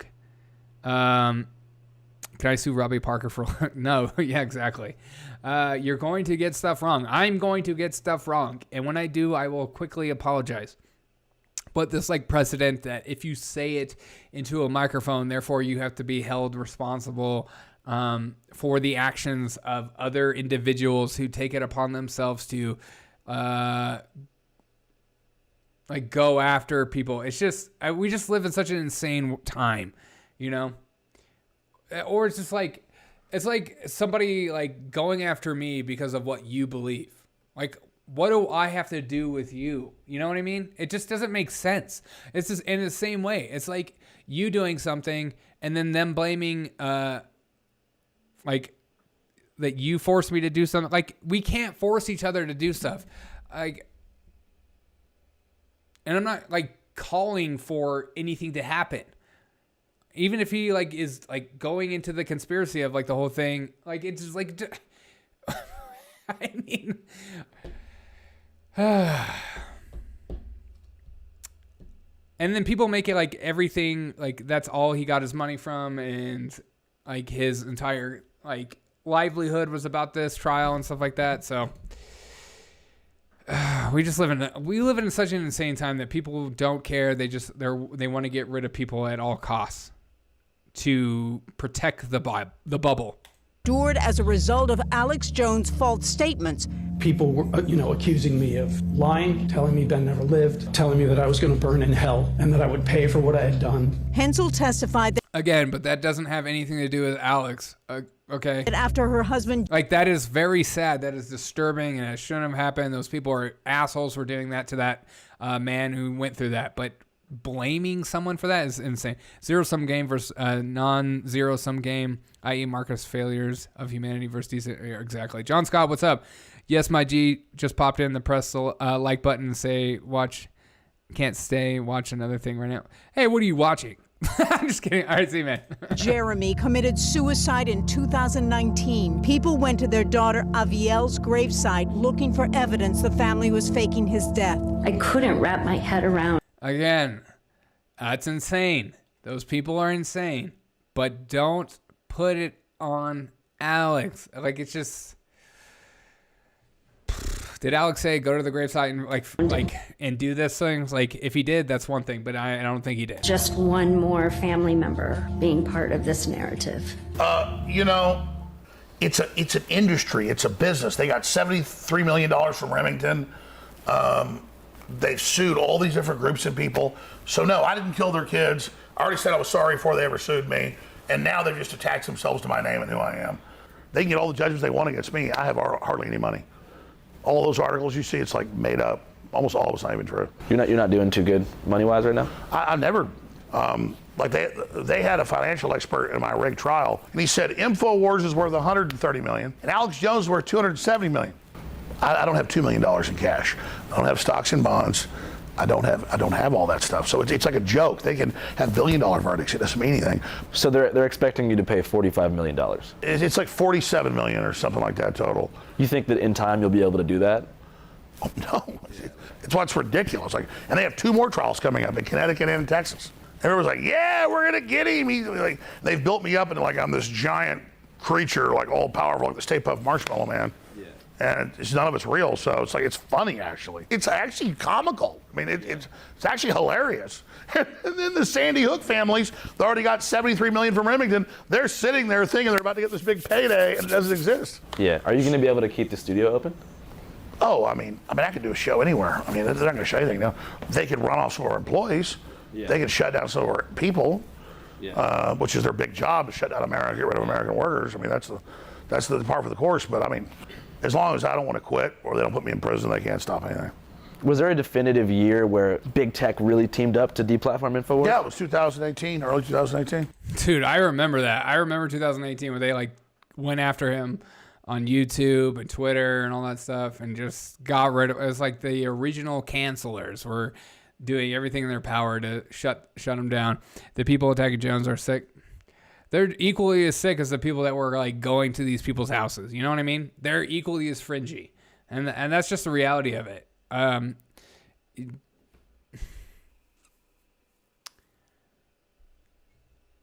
If that was to happen to me, and I had a kid and all that stuff, I wouldn't necessarily go after Alex Jones. I would go after the people.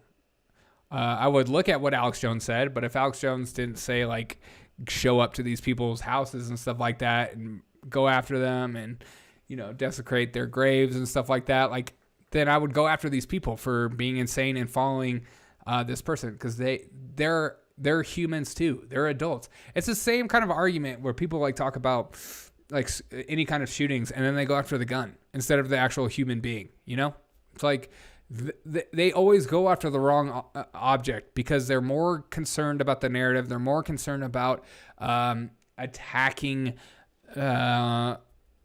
or going after what fits their narrative. That's what they care more about than actually getting down to the truth and stopping realities. Hey, James, I appreciate that.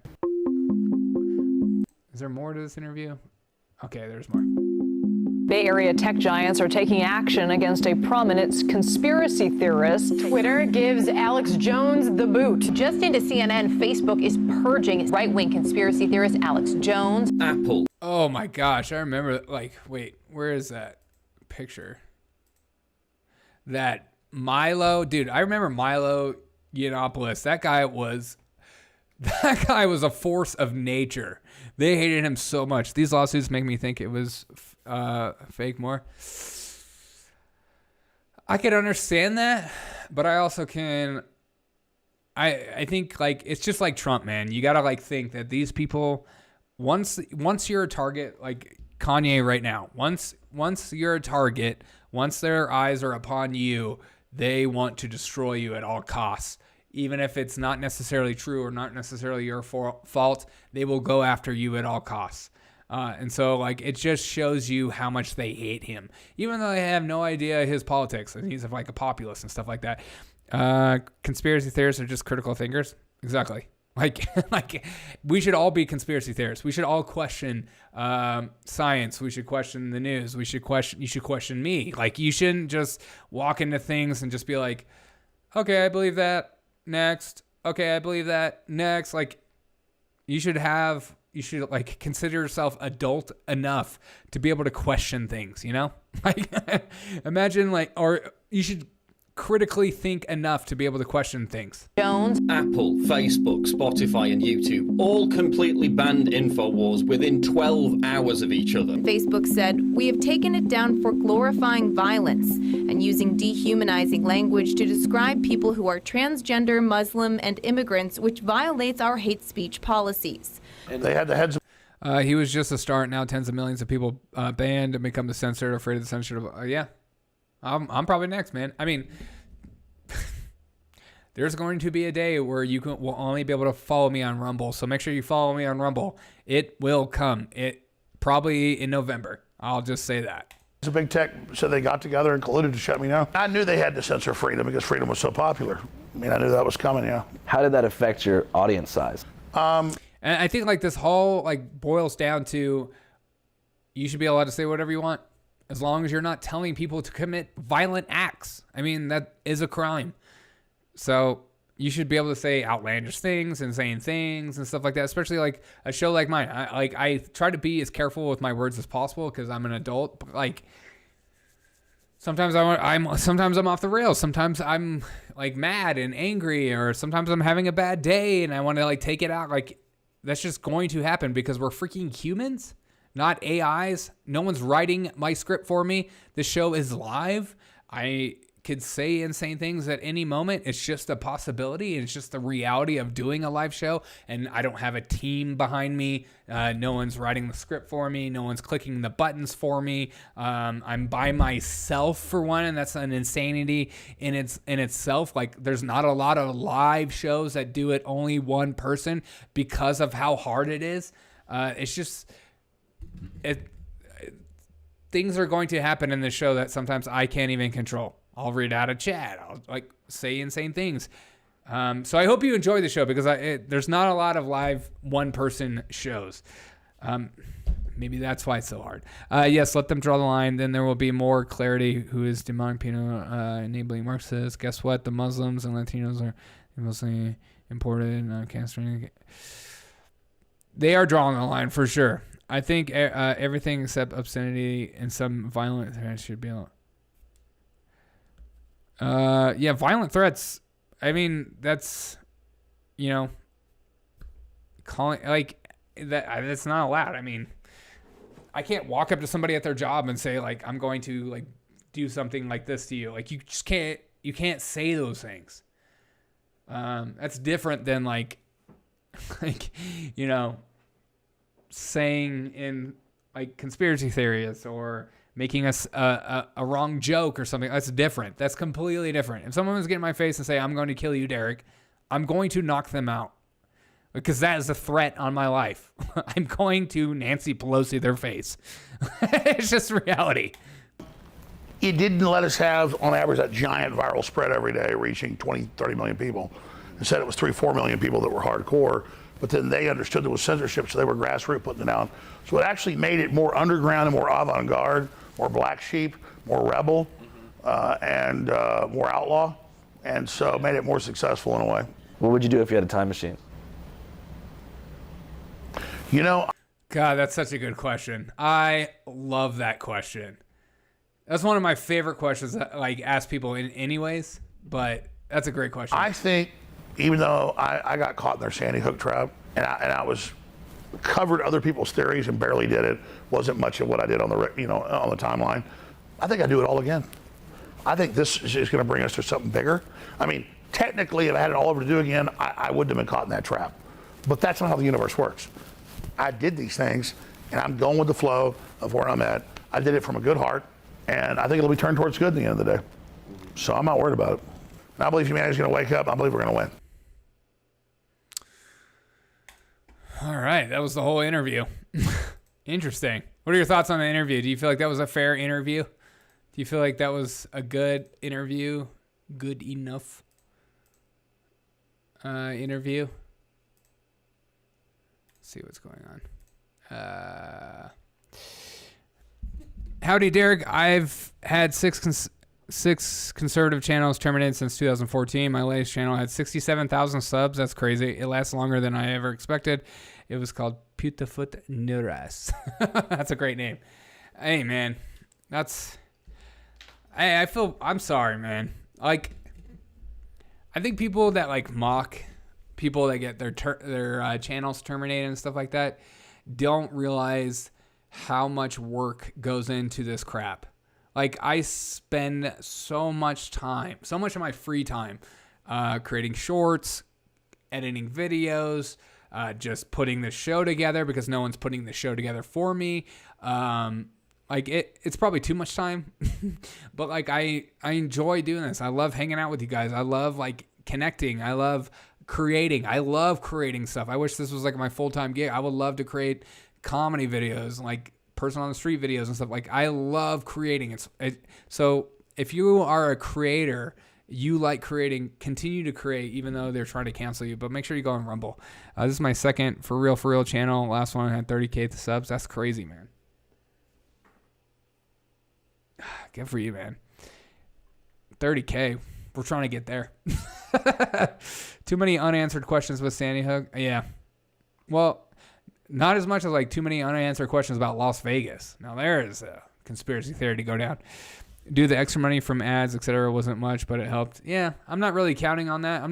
I'm counting more on just enjoying my time and enjoying. I'm not doing this for money. I'm doing this like, I mean, I would love to become a job, but I'm doing this like because I can't help it. I like creating. If my channel got terminated, I would focus completely on stand-up comedy or something, like, or making comedy videos. Like, I can't help it. And I'll do it when I'm 60 years old. I don't care. Chords on Rumble says Alex is fighting for our freedom of speech. And that's what it like kind of boils down to, man, is that it's all about freedom of speech and what you are allowed to say. And they're just trying to make an example, and they will nitpick. They will go after you. All your hard work is showing, and you seem to be natural at this. Thanks, Chords. I appreciate that, man. I mean, I like it. I've always, you know, I was a news guy in my high school, but I made a lot of funny stuff, more funny stuff than real stuff. I'll maybe have to like pull up some of those old videos. I gotta find them. And there's like old DVDs of me in high school. Pretty old. I'm a lot older than you probably think I am. Dude, the extra money from sorry. I'm headed out. Have a good day. James, I appreciate you, man. Snowed the night before. No snow on the ground event. Okay, I see what you did there. I hope that you blow up the subs and stick around and just away from Muslim Brotherhood or Hillary Clinton. Yeah, I will. Hey, man, I hope I blow up too, you know? In the good way. You know? Let's make it happen, you know? Feel free to share this. I will be having a call-in show on Friday, so come hang out and call. Make sure to write this number down. This is my phone number for the show, not my personal phone number, of course. So feel free to dox me. I mean, feel free to share or call. Write this number down: 872-240-2407. 1-800-CABLE-ME. Yeah, exactly. You have to like pay for that. So this is just an online phone. So we'll see how good it is. But on Friday, it's going to be a call-in show on Friday. So come hang out, say what's on your mind. I might actually just like add that throughout the shows, as long as you don't come on and say what's going to get me kicked off. Though I might do call-in shows, and then with the call-in shows, delete the call-in show immediately after it's on air, and then you can only watch it on Rumble. I think that might be like the only way forward, because I don't trust YouTube. But so many people are getting like taken down for the silliest things. Hey, but I've been live streaming for almost 2 hours and 10 minutes. No commercial breaks on this show. Just straight you and me. We're having a good time. I'm still trying to figure out my schedule with work.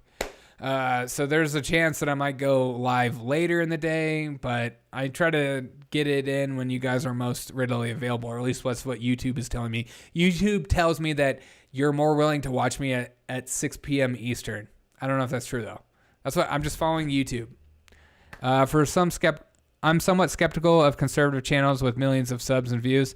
I can kind of understand that, because they got to toe the line. They gotta, again, I constantly say this about my channel. I will say stuff that you disagree with.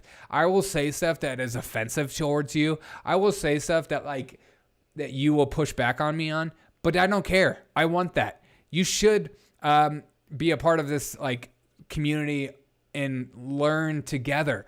I don't have everything together. I will do my best to present the facts as best as I can, but I will get stuff wrong. I will forget things. A 2-hour show with 0 commercial breaks and no one whispering in my ear, Derek, what you just said was stupid. You need to pull it back. Like that, that's why I hope you enjoy the show, because we are figuring this whole world out together. It's insane.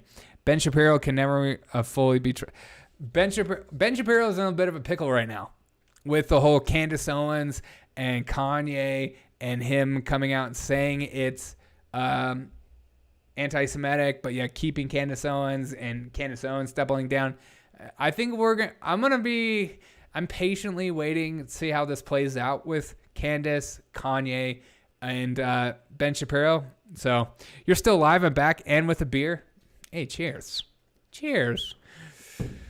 I am coming to wrapping up unless you guys have interesting questions.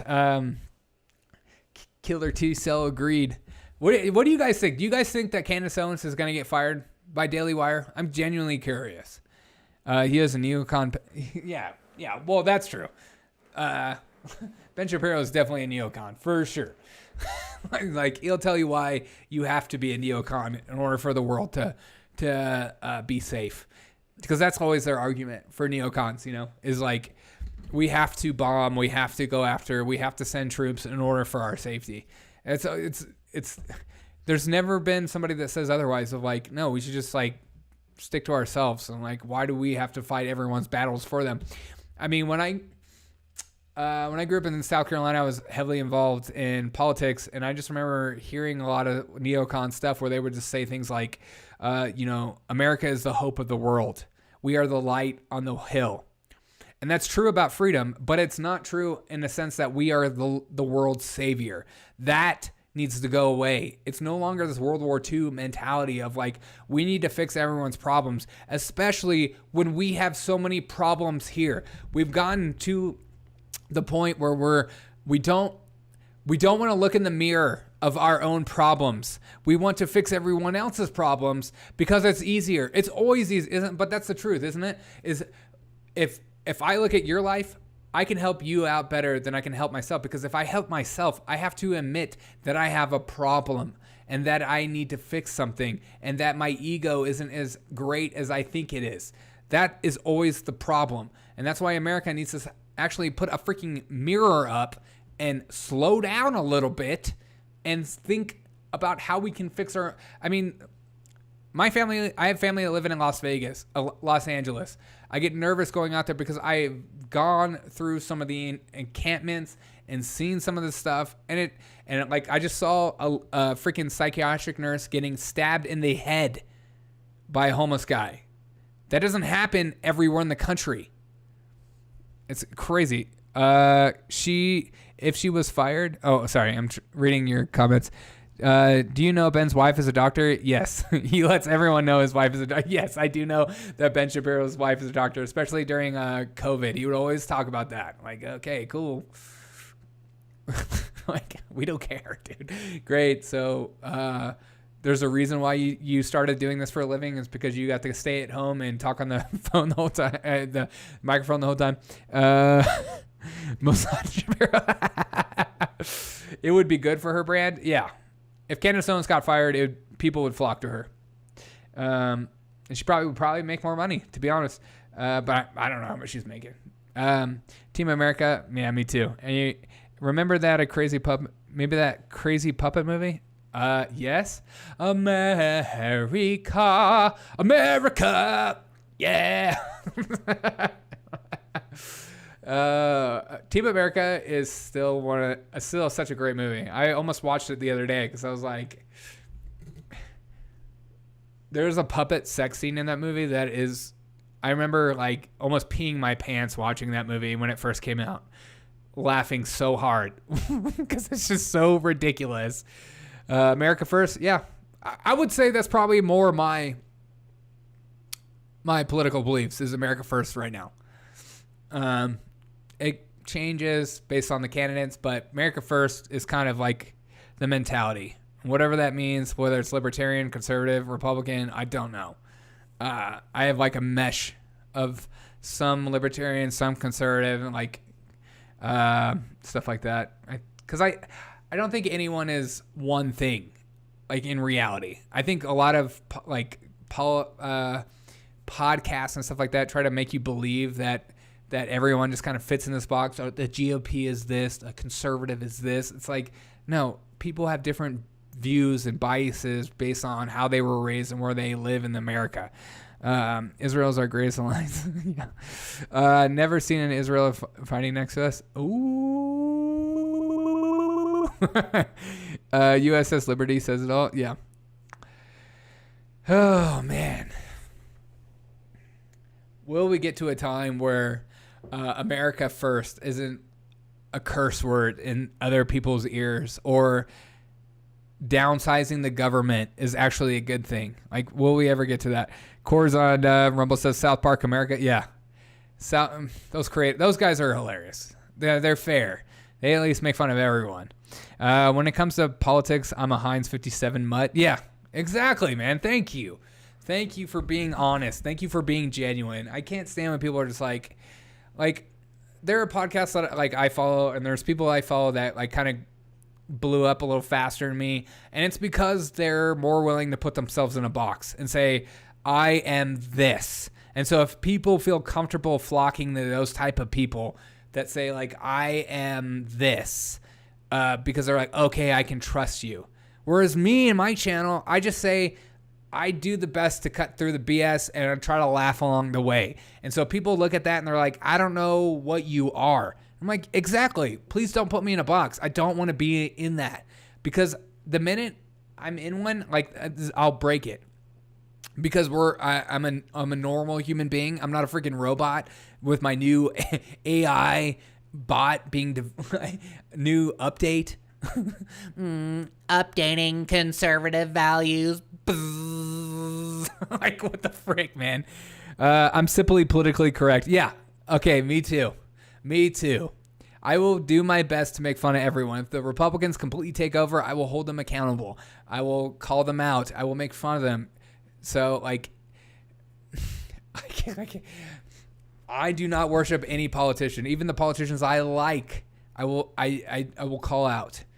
It's just it's not worth putting your chips in a basket and saying, I am this. I am a Republican. Like, really? Like Lindsey Graham? No, we don't like him. He's not a real Republican. Oh, okay. So what's a Republican? Well, okay. Just say you have conservative values, or you like libertarian ideologies. You kind of mesh it all together. You just want America to do well. You want to be able to have the American dream. How about just say that? You seem to me like a realist. Thank you. I try to be, man. Like, when I'm wrong, call me out. Cause if I'm wrong, I don't want to like assume I'm right about everything. I don't want to be that person. I think there are too many podcasts out there anyways that are just like, I have the breaking scoop. I am the right person. I have the right think. Follow me. You can trust me. I am the one. Like, I am the one they foretold. I am Neo. like what? I get so cringed out by those freaking podcasts. They're just like, I am the one with the information, and you are just a mere listener. You're just a chatter. Come to me and bow before me. I have the answers to your problems. I will teach you right think. I will tell you how to think today. Realist is becoming a rare breed. Yeah, it certainly seems so. I like turtles. Thanks, Pickles. And I like turtles. I'm actually the I like turtles kid. I only follow people who say save their legs. How are those legs coming, by the way? Good, man. I did squats yesterday. I did 325 for 5 sets of 1 rep. But that's pretty heavy for me. All right, I'm old. I'm an old man. All right, I'm not on testosterone or anything. Tray plates, okay? Tray. I do legs almost 3 times a week. Sprinting on Wednesday, heavy lifting, heavy squats on Monday, heavy deadlifting or cleans on Thursday. I'm always working my leg, boy. When you start predicting the end of time, I will doubt you. Thank you. Yeah, the end of time will be January 17th, 2023. Mark your calendars, follow me, make sure to subscribe. Also, give me money. Give me all your money because it's going to be laid to waste by January 17th anyways. I will take all your money. Don't get invested. 70% of them should be based on, oh, sure. Yeah. Imagine holding people accountable for saying I'm the answer. The end of time. What do you guys think the end of time will be? 2023. Everyone seems very stuck on that. It's in Wilson says it's in us. We're stuck categorizing ourselves around the world. They all just call us Americans. Yeah. People like being a part of tribes. People like saying, I belong to this tribe.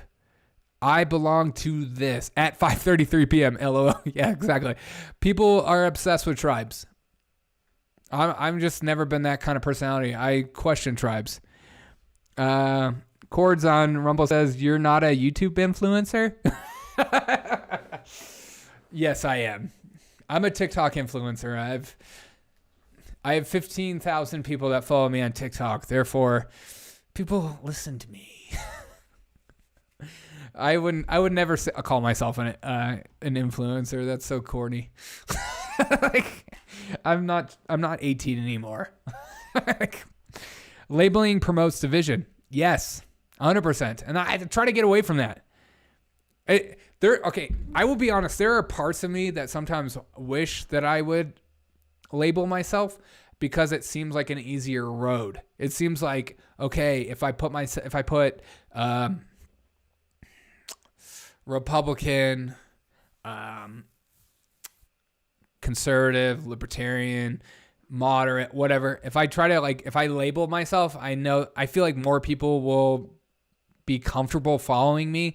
And so there's always like a desire to do that. Cause I've been asked by other podcasters, like you seem like you believe what I believe. Why won't you put that in your bio? I'm like, cause I don't want to put myself in that box, because if I'm wrong, or if like my values or what I believe to be true or how I think the government should be, if I ever read something that changes my mind, I want to be free to be able to do that.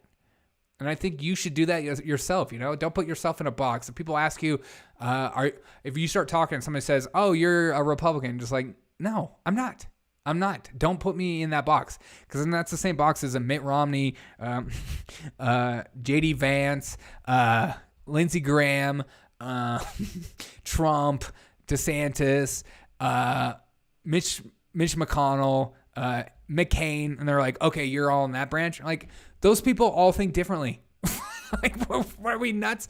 When are you gonna get My Patriot Supply? I have My Patriot Supply. I don't have any like promo codes or anything, but I did buy a 3-month supply. Hey, Brendan, what up? We're just kind of chatting. Hanging out right now. I finished my show for the most part. My Patriot Supply. I have a My Patriot Supply. I got one of those water filtration systems. What is it? I forget what kind of water. But it's good water.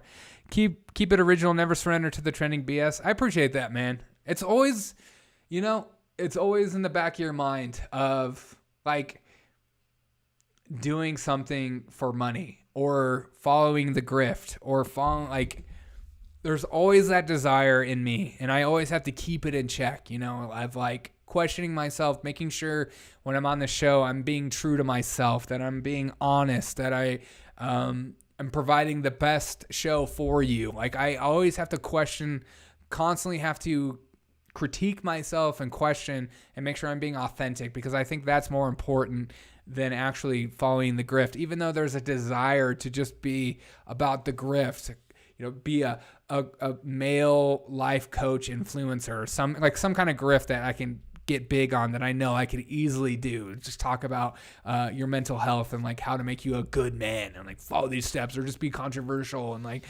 say things like, all kinds of stuff. Finally caught a live show, been missing it. Hey man, I appreciate that. I'm still trying to figure out my live schedule. I'm just following YouTube. I don't know if I trust YouTube's and what they tell me. They're like, you should go live for 6 p.m. Eastern. How you been, big dog? Dude, I'm trying. I'm living. We're doing big things here. I'm trying to balancing between working full time and doing this full time. Because when I'm not working, I'm editing. And trying to take care of a dog. I have to walk my dog soon. That's not bad. Keep us in the check. Emo self-critiquing can be very healthy. Yes. You should always be critiquing yourself. Always be looking in the mirror. Always be asking yourself, how can I be better today? And not necessarily focusing on the future. That's why I like that when we were watching Alex Jones' interview, and he was like, if you had a time machine, I think that's a fantastic question of like, what would you do differently? Like when I first started this podcast, I did the news in a minute, and I just gave facts, and I got bored, and because I had no personality involved. And so like always be like questioning, can I do things better? How can I love people better today? How can I love myself better today? How can I make a difference in my life? How can I make a change today that's going to affect my life in 5 years that I'll be thankful for? Like with health, with fitness, with finances, with where you live currently, what your job is. All these things are important to critique and wonder and ask, how can I be better? If you're in a bubble and you're just like, I'm great, those people I worry about. Those people that feel like my life's fine, I'll just live this. It tells me you're probably depressed, probably look down on yourself, probably don't like, not a good mental state of things, and I worry about you. So always but don't critique yourself so much that you expect perfection. Always like balance between those two things. Amen, you're on fire, I appreciate that. Always balance between the two of critiquing of yourself. I almost let you know what I do for a living. Let's just say I'm Jordan Peterson. But don't tell anyone. We'll just keep that between us. And you take what Jordan Peterson, so when you critique yourself, when you look in the mirror, when you ask yourself to be better, don't expect perfection. You're going to mess up. So give yourself baby steps. Like I like the idea of Jordan Peterson, like make your bed. Like people mocked him for that, but it was just, you're taking a small step to be better than you were yesterday. And I think that's important to do always in life, is ask yourself, how can I be better today? But also allow yourself to fail, allow yourself to mess up, allow yourself to be human, and we need to get back to that as a society anyways, of like, people are going to mess up. People are going to say terrible things. People are going to say horrible things. People are going to say things they don't necessarily mean. I say all kinds of crazy stuff in the middle of a group. When I get excited, I get all happy. I'm having a good time, I'm laughing, and I'll just say something that I don't mean. I'll mock somebody, or I'll say something stupid, and I'll be like, oh crap, I need to pull that back. I can't believe I said that. And be okay with apologizing. Learn how to apologize. These are all things. He's doxxed now. Yeah, I know he is. You talking about me? You still got to find me, dude. But like, I just want like the best for you guys, and I want the best for myself, and I just want us to be in like a state of being okay with disagreeing, being okay with having a different opinion. And I'm tired of living in a society and culture where it's just like everyone is on edge all the time. It's exhausting. That's why I try to make this show just be about cutting through that crap and just having a laugh, and being okay to laugh at DeSantis, being okay to laugh at Majority Taylor Greene, being okay to laugh at Joe Biden, being okay to laugh at Trump, being okay to laugh at Nancy Pelosi. Like, surround yourself with greatness. Somebody always once said to me, when you're surrounding yourself with greatness, Show me your friends and I will show you your future. That freaking was a bitch slap of truth that stuck to me forever. Show me your friends and I will show you your future. And that, I mean, that's a bigger thing, especially when you're in high school or middle school or college and stuff like that. But like who you surround yourself with, who you listen to on podcasts, who you watch, you should feel like you're benefiting from one way or another, but B, it shouldn't be as like a freaking abusive. And there's like so much abusive content out there too. It's just like people just like, it's exhausting. Chords on Rumble says, I watch your old shows. You're getting better. I appreciate that. I hope so. If I wasn't getting better, I would just, I would hate myself. Got to have a comedy. I would love to, man. Yep, great. Old saying, very truthful. Yeah. Jared Kushner is Ben Shapiro with stilts. Of course he is. He is. I love what Jordan said about the meek will inherit the earth. Mistranslation. Yes. Jordan, you mean Jesus? Wait. The meek. It's inherit the earth. Gotta have a good sense of humor. Yeah, man. Gotta have a good sense of humor about yourself. Be okay. Be willing to allow people to make. That's another thing. Like, we have a culture where people are so afraid to be made fun of and are immediately feel like, hey, don't say that. And like, I got all kinds of defects to make fun of. Let's just be real. I'm a freaking ginger for one. Been made fun of that my whole life. Small circles of friends can be the most powerful. It's quality, not quantity. Exactly. You learn that quick after high school and after college is quality, not quantity. As you get older, you're in your 30s, your 20s. Having two really great friends, one really great friend is all you need. You just need somebody to shoot the shit with occasionally and help you get through in life. Cord said, when will you be able to receive super chats via Rumble and Rants? I think you can. I think there's like a little money symbol. Yeah, there's a money symbol. As long as you like are a real user, there's like a money symbol next to the chat, and I think you can add a card or something like that and pay. But I appreciate you asking, man. That means a lot to me. That's why I like Rumble more too, because like I'm on a journey right now for YouTube to be able to take super chats, and I still have a certain amount of hours to fulfill before the YouTube overlords say you can accept money now. My grandfather once told me if you end up with one true friend, your life you did good. I love that. With weed too. Yeah. Make sure you find your favorite way to decompress. Just don't let it be your whole personality, Brendan. Small circles of friends can be the most powerful. Yeah. I like that. No eyebrows. I suffer from them. Yeah. Okay. Yeah. I've been made fun of that my whole life. The no eyebrows thing. My mom always tells me too, like when I was a little kid, I always said that, when I grow my eyebrows, I'll be able to drive, because I never thought I had eyebrows when I was a kid because they were so blonde. This is ridiculous. I always thought that crap. All right. Speaking of guy friends, I have a guy friend group that I need to go to. Cords on Rumble said I tried. Oh, okay. I'm looking at Rumble right now, and it looks like I can't. I don't know. Maybe I need to have a certain amount of subscribers on Rumble. I don't really know how it works on Rumble. I'll look more into that. I appreciate you asking, man. It means a lot to me. Yeah. I don't know. Okay. But I appreciate you asking, Cords. I emote more to compensate. Yeah, me too.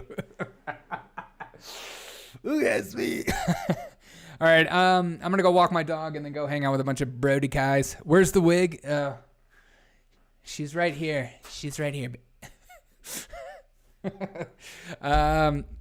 I appreciate you guys. Great show, even though I came in late. Hey, but thanks so much. I appreciate that. We've been live for almost 2 hours and 30 minutes. Killing the game. One-man show. It is kind of weird. I'm like talking to a camera. In all reality, there's some weird psychosis that happens. I hope you guys have a great day, and I appreciate every single one of you. An NA meeting? No, not an NA meeting. I will be going. It's just like a bunch of dudes. It's important to find a guys group that you can go around and like talk smack, and just talk about life and help each other, and when somebody moves, you help them move and all that stuff. All those things that you don't want to do. Godspeed, good go. Hey, I appreciate you guys. I missed a good one tonight. Hey, you're here. You can always rewind it. I appreciate every single one of you guys. You guys are the best. I love every single one of you. I genuinely mean it. Chords on Robo, I appreciate you. Brendan, I appreciate you. Killer T-Cell, I appreciate you. For real, I appreciate you. Pickle Jars for Hillary, I appreciate you.